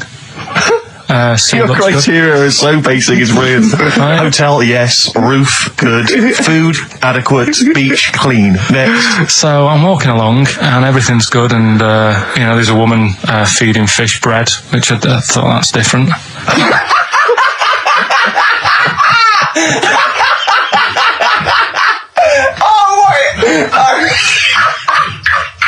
I love that. He likes originality. He loves a bit of originality. He was feeding fish bread? This woman was there, like, up to her knees in water. Yeah. And she was stood there. Was that a sea? Chucking, yeah. Oh, right, good. Chucking this bread, and I thought, what's she doing? And I stood there and watched for a minute, and there was little fish coming up, having the bread. I thought, So we carried on walking, and everything's going well, and then this fella comes towards me. Everything's going well. Yeah, I haven't fallen over. Clean feeding bread. 2 points for originality. Fella comes walking towards me. Oi, oi. He's only got no pants on. Oh. So I said, Suzanne, what's going on? Why did he turn to her? Like she knows more than him. So she said, oh, yeah, it's, she said, yeah, it's a nudity. Is this going to be a long story? Can you pour that coffee? Can you give me that coffee over? Sorry, this is really bad. Yeah, because he's pouring. Thank you. Just amuse yourselves while we talk the coffee. Thank you very much. Dave, do you want I want a cup of coffee, Carl. Thanks, yeah, cheers. Cold. Right, good. Okay. So, Great. Thank you. So she said, yeah, it's a nudist beach. So I said, well, why, what? I said, we're all it's all mixed up. Normally on a nudist beach, it's a nudist beach and you don't go wandering on there when you get your clothes on and that. So it annoyed me a bit, because there wasn't any signs. So this fella's getting closer. Well, the knob out was a sign. Yeah. Right, so he's getting closer, and he walked past me. It was an old fella. And he walked past and he had a hat on and a little pipe and a big rucksack on his back. Right, so he got me thinking. Not strictly naked. I'm walking along and I'm thinking, right, why do people want to do this? So straight away, I wasn't on holiday anymore, because most of the time when I'm on holiday, I don't think about anything. Right? Your mind's a blank. I just switch off. Right?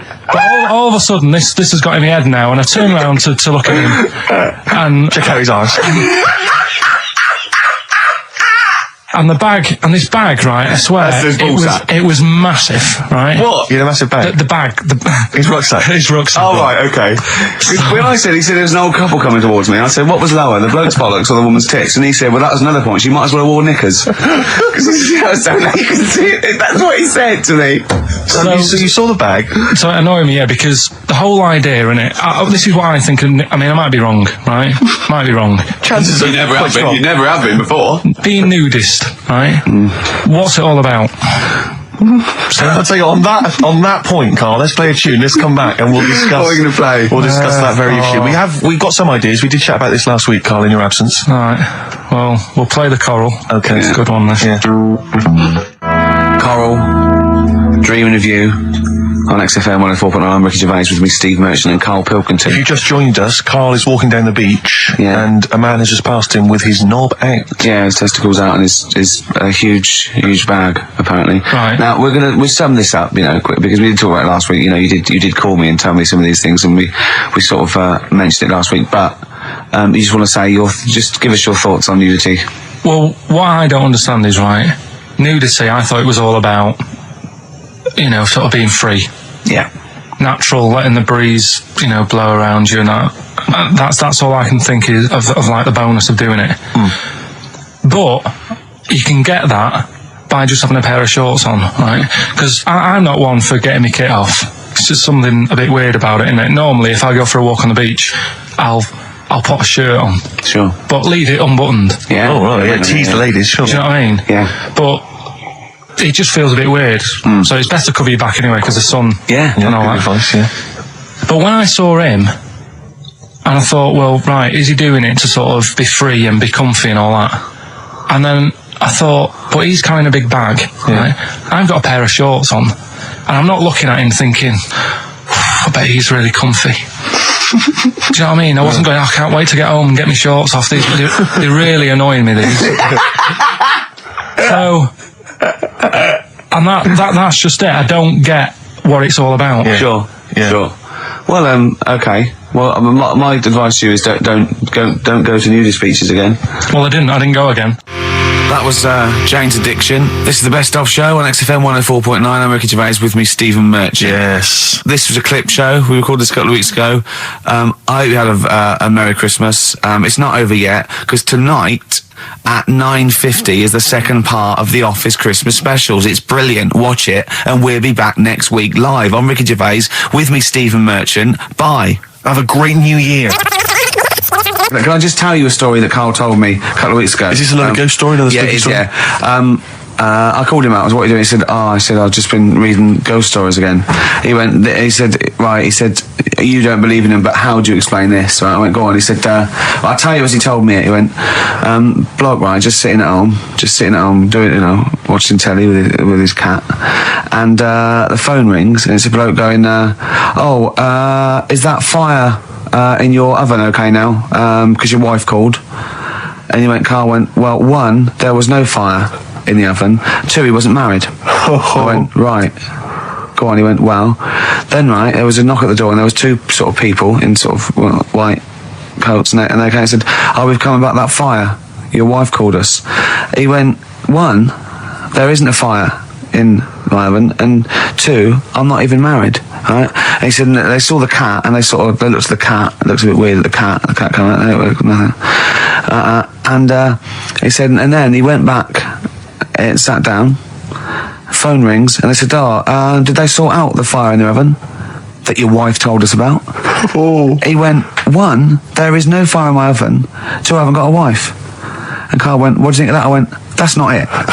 He went, yeah. I went, that's the end of the story. What? He went, well, how'd you explain that? I went, explain what? I thought he was going to say, a year later we got married, but she died in an oven fire. Right? I thought it was going to be that. And I went, that's what? People winding him up. Yeah, or someone did report a fire oven, and their name was Johnson, and they looked up Johnson, they got the wrong thing, it was the gas board, and they sent it around to the wrong person, right? Do you know what? He went, yeah. I said, I explained it to him, he went, yeah. Why did they look at the cat funny?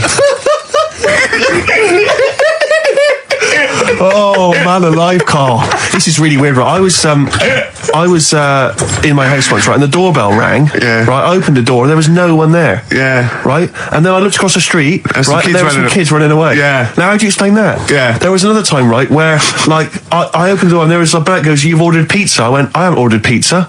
And I heard my mate upstairs giggling and putting the phone down. Yeah. How do you explain that? Carl, seriously, why did you tell me that story? What do you think it was weird about that? The fact that it was 3 different people. Is this all the information? Is that the entire story? It was 3 different people. Did you fall asleep and not read the end? A fire that didn't happen, about a wife that didn't exist, and a cat that didn't look happy.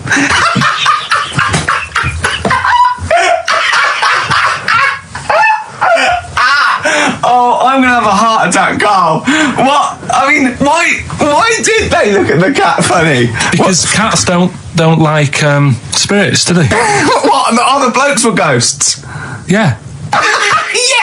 Yeah, that's it. So these are kind of beetle about type ghosts. These are ghosts who walk the earth as the undead, just winding people up slightly. That's lovely. That is lovely. Seriously, and a cat that did not look happy. But seriously, why would ghosts wander around just like winding people up? Oh, maybe something did happen there years ago. Some fire. Some woman might have died in a house of a fire or something. Yeah. And it sort of all happened again. But Yeah. Yeah, it's certainly a mystery. if you don't- It's a mystery. I mean, I can't. What's this book you were reading? You were reading a book, which is interesting enough. It was the Fortean Times. Oh, Carl. Yeah. Well, I don't know what to say. But we're talking about MTV, right? And I was feeling a bit nervous, wasn't I? About like, you know, the way I look. Right. And what have you. And then I watched a bit of Celebrity Big Brother and all the fuss that Mark Owen's getting, and he's not that good looking, is he? He's very. I want to be Mark Owen's mate. If anyone who knows Mark Owen or Mark Owen's listening, I want to be his mate. I think he's brilliant. I think he's a nice lad. But what I'm saying is, right, all the girls go mad over him. Yeah. And he's not that good looking, is he? Well, no, he's got. He is in a certain way, isn't he? That sort of non-threatening. But he's not stunning, is he? Do you know what I mean? No, but no. Well, what's your definition of a son? Yeah. Well, Who do you like? someone who you look at and you go, God, they're good Which looking. bloke do you fancy? What bloke do you think's attractive then? So if I was into men, Yeah. in fact, you can still say a bloke's a good looker without fancying him. And that. Who do you think is know what I mean? attractive? Probably. I mean, it depends what you're looking for. No, just look. Just look. You think it's Looks and looks as of well, course, doesn't yeah. he? Who do you say is attractive? Who do you say was like stunning in your definition? A good-looking lad. Yeah. Good-looking lad. Oh, look at him over there. He's.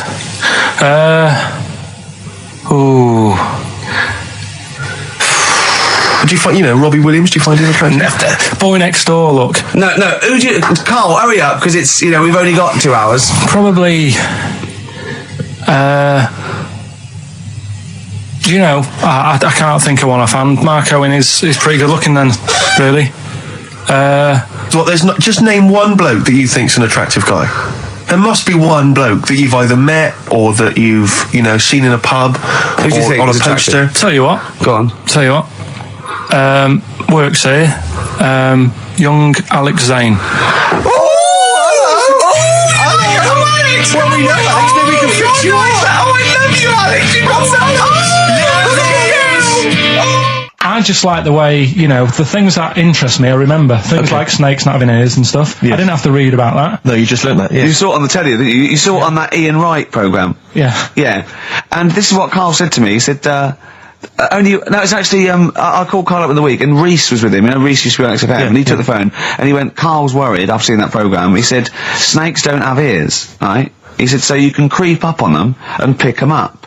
And he said, Carl's worried. He said, how would you ever put them down again? Because then they know you're there. I woke up the other night quite late. Worried about that. And I said to my girlfriend, I said, how do you put a snake down? And she said, what are you talking about? I said, that Ian Wright thing, this guy managed to pick up a snake. And do you know that thing where they clamp its head on a jar to get the poison out? I do now. Right? They did that, but they didn't show you how they got rid of it. And I thought, it could really get nasty, because it's obviously annoyed that you've had its head pressed in the jar. Yeah. Right? They hate that. Now, Especially as it's in front of their mates. when you lift it off, Yeah. right, you've got hold of it. Yeah. If you go to chuck it down, it's going to turn on you. It's going to get wild, isn't it? So, I just wondered. Well, what you do is you never put it down, Carl. Yeah, that's why that bloke has got about 11 or 12 just carrying him. Exactly. Yeah, you never put it down. You sling it. Who cares? You just throw it, don't you, really far. That's not that. I don't think you should throw. But snakes. Carl, listen, don't worry. We're not asking you to get involved with snakes. Like I said to you, though, the reason I did this was to get that kitchen, right? Now, Brilliant. as we speak now, right, Builder's in the flat. He's been annoying me. Of course he has. Of course he has. What's he been doing? When he turned up on Monday, right? Yeah. Wanders in, and the first thing he says to me is, he said, the pub across the road, is it any good? I said, well, it doesn't matter, does it? You're working on the kitchen. Think of saying that to a builder. Probably making conversation. Probably meant, do they do a toasted sandwich? Because I've got a half-hour lunch break, not an hour, like Karl Pilkington. So I'll probably then get a nice, cheese and tomato sandwich. Is that genuinely what you said to him? Yeah. The first thing you Yeah, said so to him? Suzanne had to go at me saying, why have you said that? He hasn't even started on it yet. I cannot believe that. You're unbelievable, Carl. And you say it's us that are rude, crass, I wasn't being thoughtless. rude. I just was letting him know. Do you know what I mean? I know what He they're up knows to. what he was there for. He had it down on his little docket. Do the kitchen this week. He didn't come there and go, what did I come out for? Was it to go to the pub for a week? Why am I wearing these overalls? Yeah. Who's the little bald mank twat insulting me? Let me just check. Let me call the head office. I wasn't having a go though. I mean, they should have finished it yesterday, and they're there now, right, on their own. And what annoyed me is they turned up late today. Hold on, Carl. I've just realised something. They're probably listening to the radio. This, I assume, tuned to XFM, isn't it, in your kitchen? Yeah, but they don't know it's me, do they? Do you know what I mean? No. They'd go, he's got a whiny mank voice as well. So's the bloke who owns this place. And the bloke who owns this place, when I said, what's that pub like across the road, said, well, you won't be bothering that. He's working on it. No, he won't be able to put two and two together, will he? You've suddenly, the penny's dropped, doesn't it? You've suddenly realised. Look at his face. Yeah. He's suddenly realised they might know it's him. And they could be listening, and they're going to clean you out, mate. Oh, if you are the builder working in, where is it? I won't say the address, but it's Central London, isn't it? Yeah. Go mental. Have whatever you want.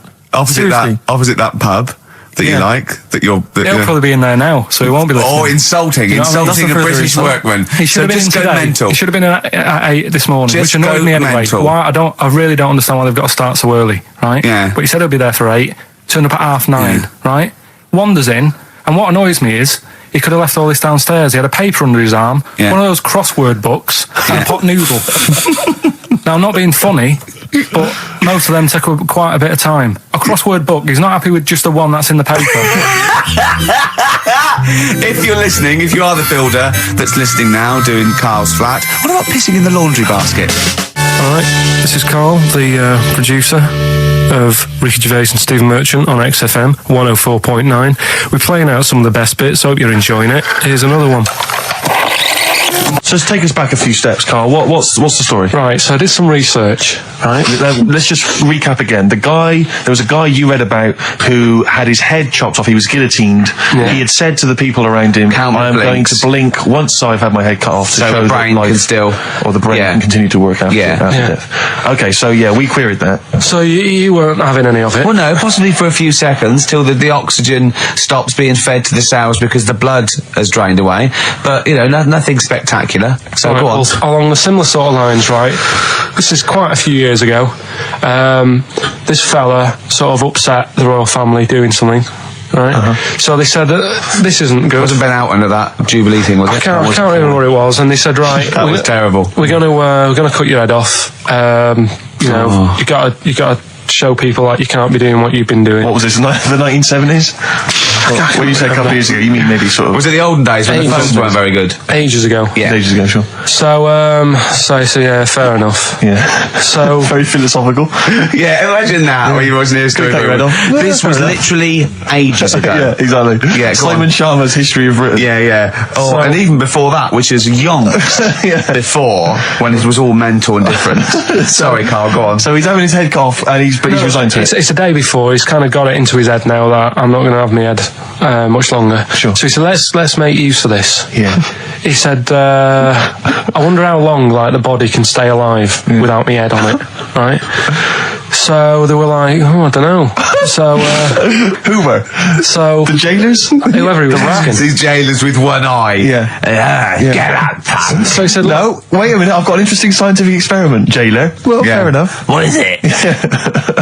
So he said, what I want to do, right? He said, surely it's my last right. I'm going to be dead tomorrow. Sure. So let's. He didn't draw it out this long, did he? Yeah, and he said, let's test this out. He said, do us a favour. He said, it's my last day. What I want you to do is, you're going to cut my head off.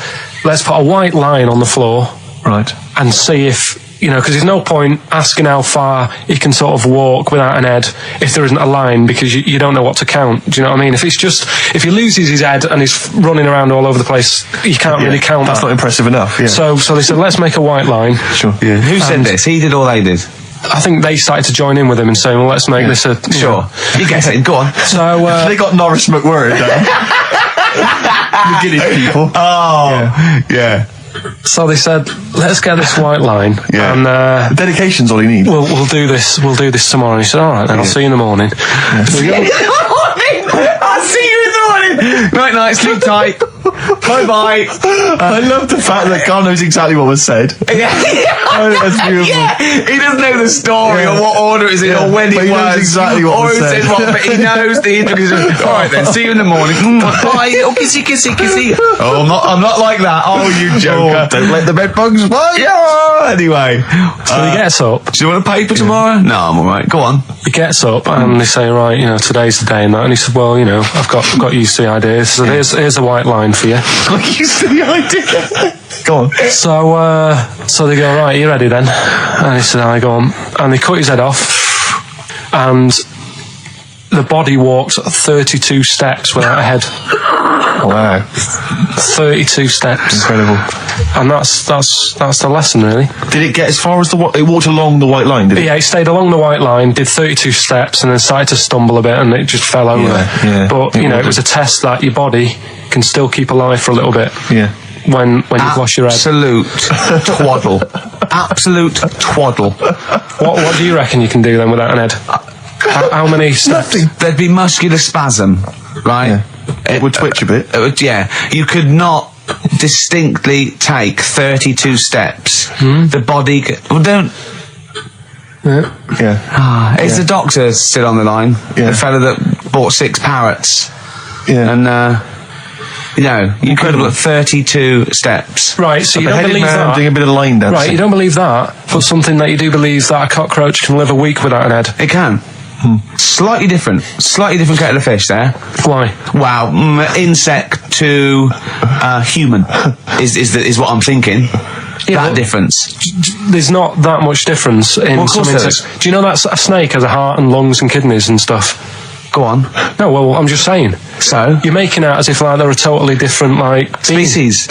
I am making out. I mean, call me old-fashioned. Do you know what you're talking about? I don't want you embarrassing yourself, Nick. Yeah, I am suggesting they're totally different beings. Yeah, that is. Yeah. Now, Carl, the cockroach is a very different thing. The interesting there is that it lives without its head, because a lot of it's on.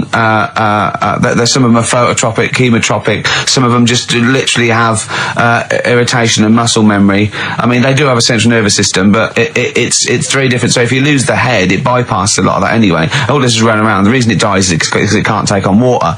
But it's very different to a man, right, having consciousness and then losing that, and the body's still going, no, I think I remember what I was going to do here. Yeah, so I'm going to carefully walk walk 32 steps along this white line.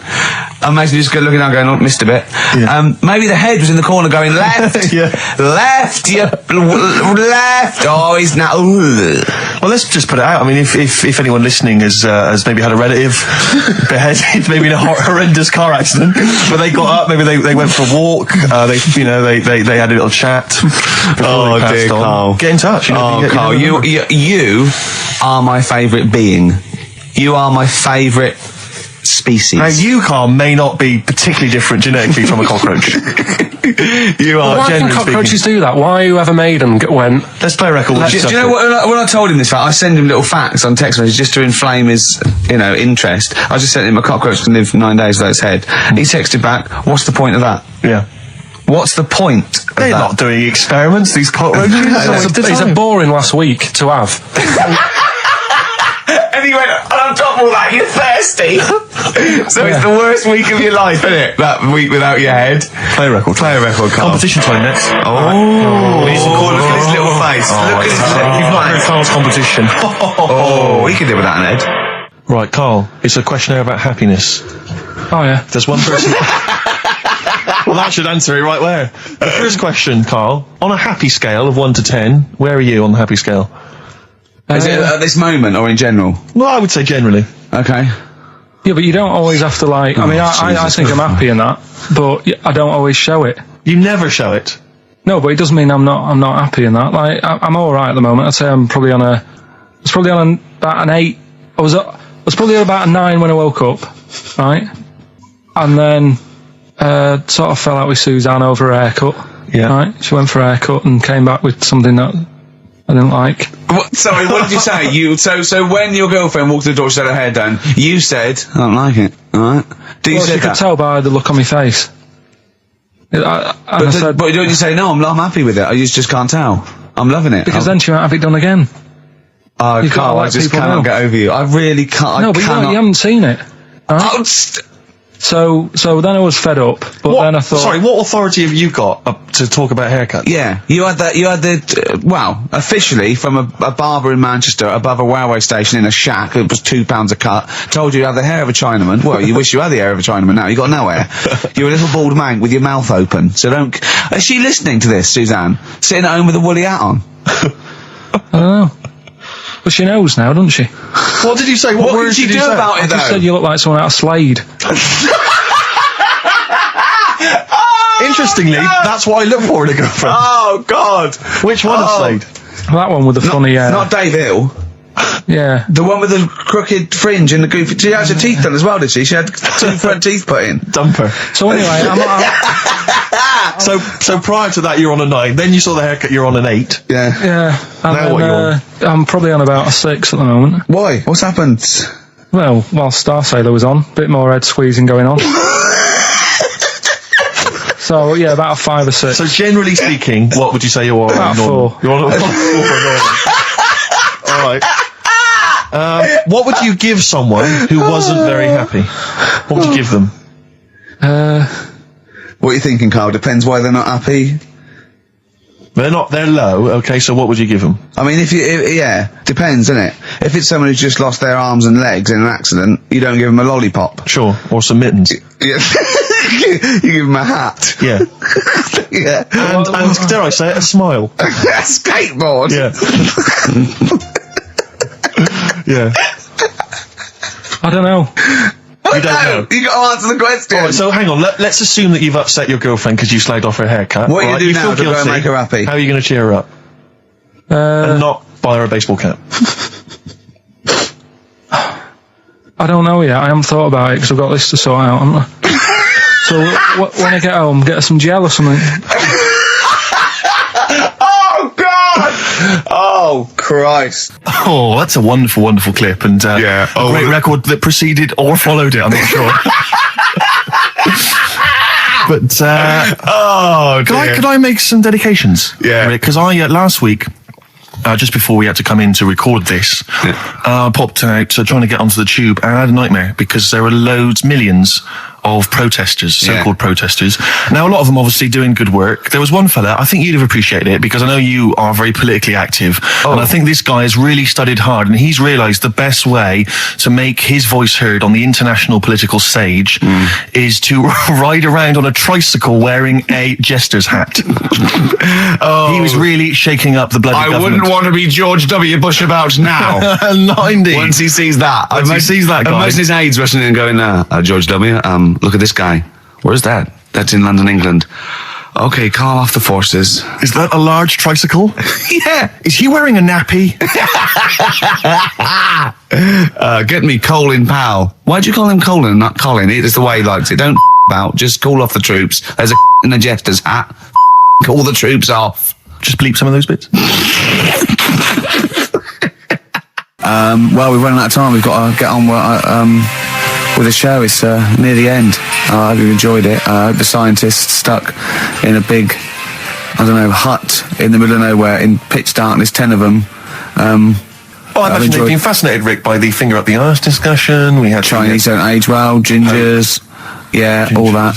the big fat kid. Well, actually, they're probably securing the knowledge that if they want to kill some time and it's dark, there's nothing better than stick your finger up someone else's ass. Exactly. So enjoy that. But they've been hanging on for Rockbusters clues, I imagine. Here's the answer. So give us the clue again quickly. All right. So the first one was the fella let his wife know how he got the bruise on his legs. Go on. Right. That was Courtney Love. Yeah. Courtney Love. So that's Courtney Love. So that's the fine. first one. CL. So that one's fine. The second one, that Potter. What am I doing? Letting that one Just go? let it go. Just let it go. Am I just letting that go? Annoyingly, we haven't got time to take issue with it, Rick. Okay. That Potter lad, he's got a lot of bottle, hasn't he? Doing all that stuff with the wizards and that. Go on. That's Brave Harry. Yeah, the Bravery, current sort of XFM band, the Brave Harry. That works as well. No, it doesn't. And the last one, No, it doesn't. No, it doesn't work. the Buddhists It doesn't work. won't be able to get in their temple without Doesn't these. work. Brave Harry. It doesn't work. Brave Harry. The Brave Buddhists, Harry. the Buddhists won't be able to get in their temple without these. TM. That's Yeah. the monk keys, right?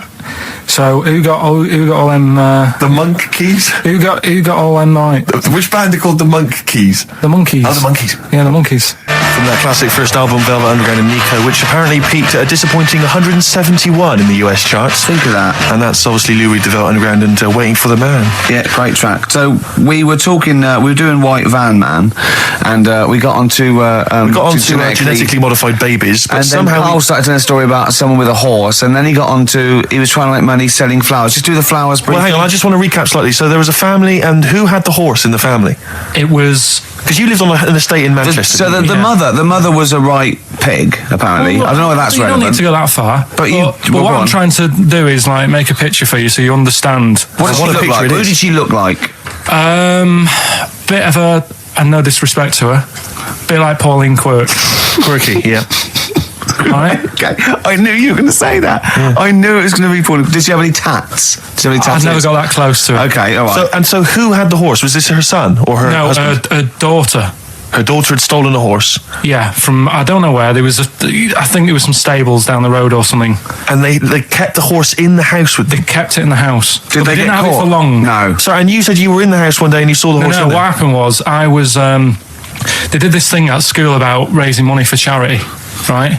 For some local charity, and they said you can do anything to raise money, and they came out with all these ideas, and I thought that's good. What was the charity? Well, I don't know. I thought forget the charity.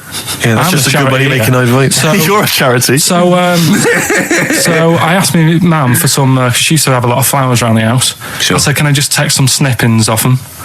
And I'll go and buy some plastic cups. And got some soil out of the garden, planted the bits of plants in them. Yeah. Got a tray. Yeah. Had about 25 plants on it, selling them for 25 pence each. Excellent. Did you sell any? Yeah, sold loads. Did you just cut? You didn't just cut them and stick them in the soil? Yeah, they want to survive. Oh. But I think people sort of thought, well, good on him for trying. But anyway, so I went round to theirs because I thought their house could do with a bit of colour and stuff. Yeah. Because it's a bit rough. So as I went, The horse went, thank God for that breakfast. They've been feeding me kitty cat. So I got up to the door and they opened the door and it was one of them houses where no carpet. Yeah, a horse in the living room. You know. We've all been there. And the horse was walking around the living room. Oh. I looked quite happy and everything because I always say that about animals. Black Beauty right? was on. Yeah. Well, think about it, right? If you were a horse, where would you rather be? In a little wooden hut with a load of hay, or in like a house with a central heating, 3-piece suite, and a telly and that? Telly and that. No, but I was saying this the other day. And an Atari, right? I was walking through London. Commodore 64, rubbish. Exactly. Walking through London with Suzanne, right? Yeah. And you know, like homeless people always have dogs. And she said, "Oh, I hope she looks after it." I said, "They've got that dog is happier than most dogs, right? Because people always walk past and give it a pat on the head. Yeah. It's with its owner all the time. Yeah. It's out in the open. It's not locked up in a house. Yeah. It doesn't eat, but other than that, no, it does eat though. They're always all right. So that's what I was saying. I think this horse was doing all right for itself. Do you know? Well, not many horses have got their own house. Exactly. For a start, yeah. But anyway, that's by the by. Yeah. So anyway, this family, who's a bit. What we were talking about, it was about cloning, genetically modified kids and all that stuff. Yeah. Right. Now, what I'm saying is, you could say, right, Steve, you could have a baby, right, and Ricky could see it and say, God, I want one that looks like that. Yeah. Right. It could happen, Rick. So come on, work with him. So you take it to the doctors, and I don't know what they do. They inject it with something or whatever. Yep, that's how it's done. Yeah. And get a little baby, and there it is. It looks the same. Now the thing is, you separate. You both go off and do your own things. Yep. Right. Now, you look at Stephen. You look after your baby. Yeah. You treat it well. You give it good food and I'm a good dad. all the vitamins and stuff. Yeah. Ricky just gives it cheese. Right. So then it changes its looks. It goes a bit fat. It gets tired easily and that sort of thing. Now, when this family, why am I just feeding a baby cheese? Right, this family who had a horse in their house. Yeah. They had a little baby, and my mum went round and said, "You're not going to believe this, but it's a beautiful looking baby," right? Yeah. And I was like, well, And the weird thing is, it was a good-looking kid, but as time went on, they didn't really look after it. And I'm not saying like abusing it, but it used to run around. It used to play out till like 10 at night. Yeah. It used to chase cars. Right. It was a bit. Did it have hooves? Yeah, no. Chase cars. Right. What sort of kid chases cars? Oh God! No. Was it called Rover? The weird Did it catch sticks? It's Liam, it was called, right? Right. Now, the weird thing is, it was a good-looking kid, but as time went on, and all that, like, not eating properly, and its hair was all patchy. It's not Liam Gallagher, is it? And chasing cars and that, and it became an ugly kid. It's definitely Liam Gallagher. And that's what I'm saying, right? You can clone all you like, but at the end of the day, it's how you brought up. Brilliant. Wow. Live. Wow. That was a hell of a point. Oh God. But am I right? Oh, you're always right, Carl. XFM 104.9. Lovely, that one. Now, again, I broke the rules in the week. I met up with Carl. I had lunch with him. And we were chatting and having a cup of tea. And it got onto one of Carl's favourite programmes was the Tales of the Unexpected. Ah, of course. And all I can think is that he's probably the only person in Britain where they were unexpected. I mean, to him, when that twist came in, you go, gee, I can't... Yeah. Oh God! Can't believe So it was the tree that did it. I mean, he was probably the only. And we were telling all these stories of horror, and he liked horror stories. And I told him this story, and I don't know if this will come across the way, but I told him this story. It was a short. It was a horror short. This was a film you saw, was it? Yeah. And what it was, it started off just there'd been a car crash. You see, it's a horrendous wreck, and you saw it from the point of view of the person in the car, and he was calling for his mate, and he was going, Dave. And he sort of looked over and saw a body without a head that had been thrown. He goes, "Oh no, Dave!" And then into the field of view came Dave, his mate, and looked at him with a look of horror. And then it sort of went black, and you realised that he was just a head, and it had been his body. Oh, wow. Right? Yeah. And I said, then it came up at the end at the executions in the French Revolution. People experience consciousness for and he went, oh. No, he said, it wouldn't be for that long. And then he went, if it was a chicken, it would work. Imagine remaking that film, but it's two chickens in horrendous car crash. Their own fault for driving. It would work. No, he wasn't having that. Yeah. No, it was too long. I think he said, how long was this film? I went, about 5 minutes. He went, no. It would work if it was a chicken. I like the way that Carly was something like when you relate an incident like that, he's appalled and offended and annoyed by the people that made it, even though he's never seen it. Oh, he's annoyed. Yeah. Do you have a favourite Tales of the Unexpected, one that you remember particularly that shook you up? Yeah, we were talking about the one on where there's some woman in prison. Have you seen that one? I can't remember them all. Right. This woman's in prison. Yeah. And she gets a bit friendly with the guy who takes the dead bodies out. Right. And he said, I can get you out of here. He said, what you've got to do, right? You've got to, I don't know, at midnight. When you hear the bell toll, that means there's been a dead body. Yeah, there's been a dead body. So what you've got to do is go into like the place where all the dead bodies are, get in the first coffin on the right, and then I'll come along and carry you out, and you can run away and escape. Yeah. Right? So she goes, yeah, all right then. So she hears the bell go. I'll bury you, right, and then I'll come back later and dig you up. Right. Yeah, but that's the point. It doesn't matter. It does matter. Trust me, Carl. It really matters. Listen, I don't know if I'm going to ruin this for people at home. Yeah. Can I just skip to the end? I would imagine that she gets buried and he doesn't come back, and she has to get buried alive. Better than that. So she gets in the coffin. And she's lying there for ages. She's buried. She can feel a bit of movement going on, so she's obviously, being carried somewhere. So she's thinking, this is it, I'm getting out. And she's lying there for ages and thinking, why isn't someone coming and lifting the lid off this? Do you know what I mean? Letting me get out. So she's really bored. She gets a lighter out, right? Lights it to have a look at who she's lying on. It's only the fella who said he'd help escape. Oh. How bad is that? That is... How bad is that? So it is quite important that she's buried alive then, isn't it?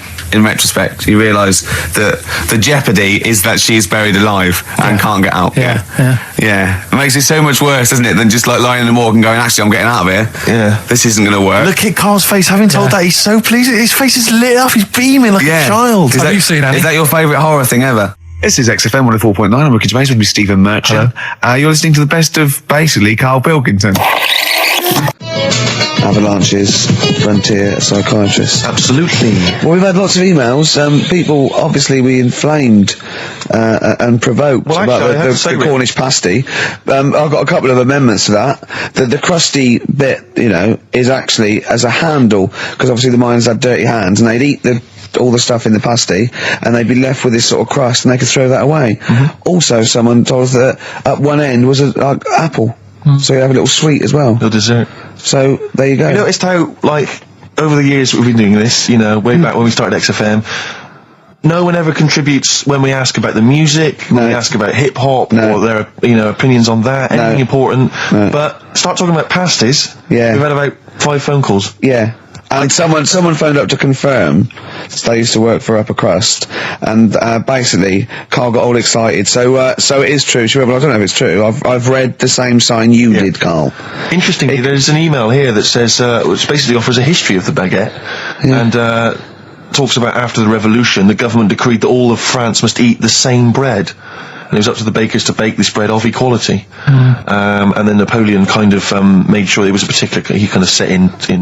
Obviously on the bread you can eat anything you find in the garden. Frogs, snails, bits of horse, But squid. the interesting thing is, Rick, that there's no mention of sticking it down your trousers whilst going to war. The French have tried to keep that secret for over 100 years, It was only Steve. the upper crust people. Nearly 200 years, that is a top secret. Somehow Euston Station Upper Crust got hold of a document, left behind in an old sea chest, possibly Napoleon's, could have been Josephine's. Unfortunately, jotted it down. He's kicking himself now. Oh, Secretary, I cannot believe I left a note.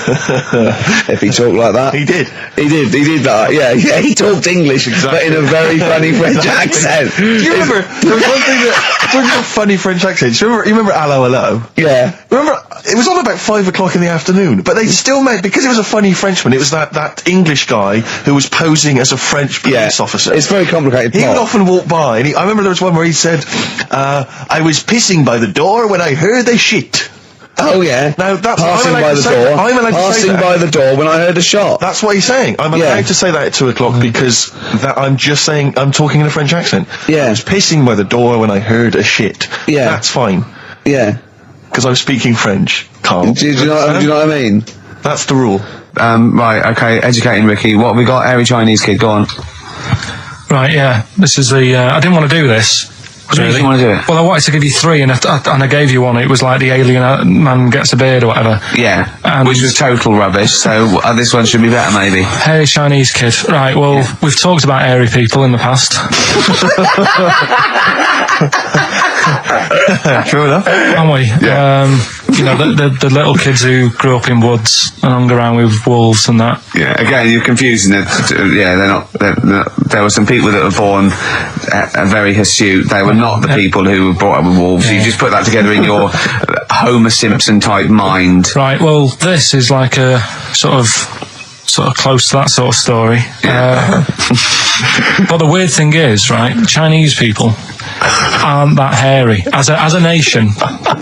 No, seriously, that's a well-known fact. They don't have that much body hair and stuff. Okay. So this little kid who was born over there, he was like covered in stuff. Was he?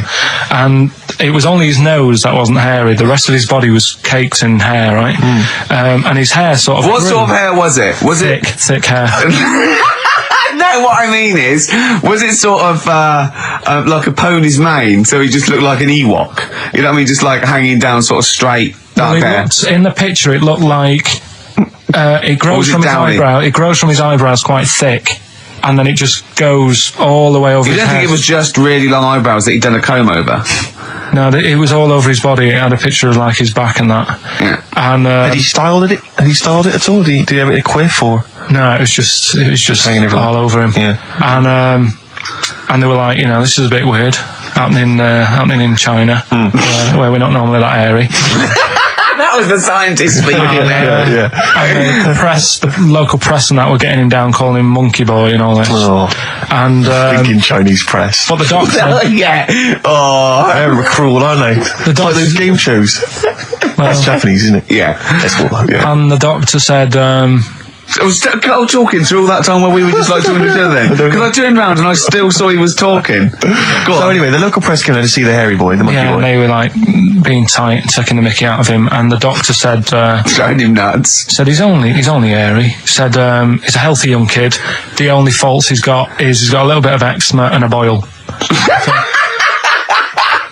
And he said everybody should just treat him the same, and I think he grew up a healthy kid. Yeah, so that's the That's the end of the story. That's not a story. why. But I've got nothing. I don't know what to say to that. So someone in China was born slightly hairier than the rest, and he was normal apart from eczema and a boil. That to me isn't a story. But if it is, I've got a million. I mean, it's sort of like bloke from Manchester went a bit bolder than the rest, got a job on radio. He was normal. I mean, that's not a story, is it? So, would you like to start on your to Steve, because I've heard all these. Well, we won't do them all. We'll start off with the Mr. Freeze. Tell Steve the story of Mr. Freeze. This is the first time he nearly died. This is the most serious of the lot, really. So, what it was, do you know, like, don't know if your mum and dad did the same thing, but like they do the weekly shopping on like a Friday.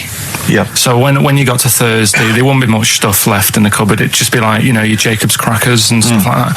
So when they'd been to the supermarket and they came back, I was like, you know, what's that saying? Like a pig in, you know, I loved it. It was like loads of food coming in, loads of biscuits. What is that saying? He nearly said pig in shit. Right. Is that the saying? Yeah. Right. So yeah, all this food comes in. Thank God he didn't. Otherwise he'd have been in trouble. That's true enough. Because he's culpable for our actions, because he's the producer. So technically, that twat's in charge. Go on. Right, so anyway, so there's loads of food, and I'm like, oh yeah, look at this, and chocolate biscuits, and you know, penguins and stuff. Bacon. And bacon. Just in case, you never know. So anyway, my mum and dad's putting the food away. Me and our kid are like, he's already grabbed something, gone back upstairs.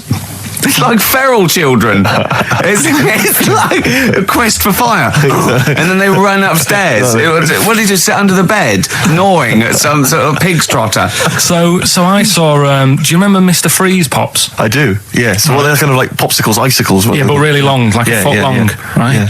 So I thought, I'll have one of them. So I grabbed it. Went for the nutritious stuff first. Absolutely. And like my mum and dad are putting this stuff away and what have you. And I rip it open and knock it back, right? Straight away, just right back like Swallow that. it, Right yeah. But it went down the wrong way, right? So I was down like, your shirt?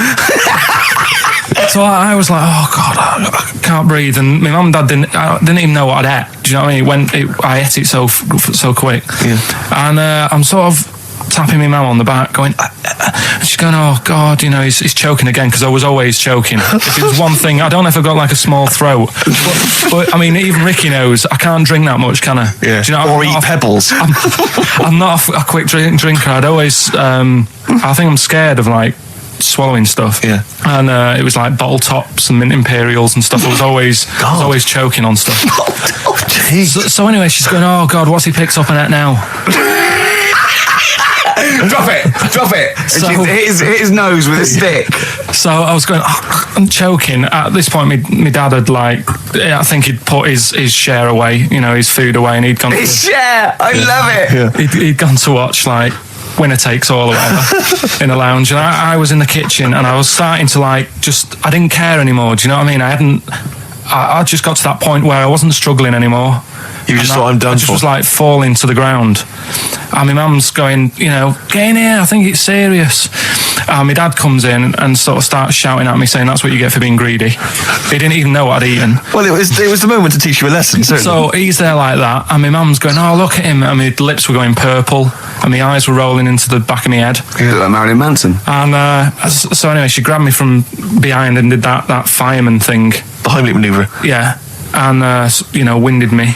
And it came up, and I was all right. What, the whole popsicle came flying back out? You see, that's what I don't understand, because there was nothing there. No, just a little bit. No, it swells up, doesn't it? Because it irritated it. So it went down your, just sort of like your epiglottis. It went down the wrong way, like it went into your air canal instead of your throat, and it sort of it sort of spasms, and that's the fear. You just got to calm it down and relax. So in time, I would You have been don't- all right Yeah, anyway. you don't. Well, no, yeah. you might have. So that's so that's hang on. one. So, but No, but the weird thing is, like, for like 3 days after that, I felt like a sort of a special person. I went to school. I'm not I'm saying nothing. I did full days. a special needs person. Yeah. I went to school the next 3 days after that. I didn't like wag it or anything. I did full days. I love that. 3 days, turn over. Yeah, exactly. After 3 days, you thought, screw it. Yeah, Well, did a quick history yeah. exam. Right, next That was one. weird. That's popsicle. That's popsicle hell. We'll call that.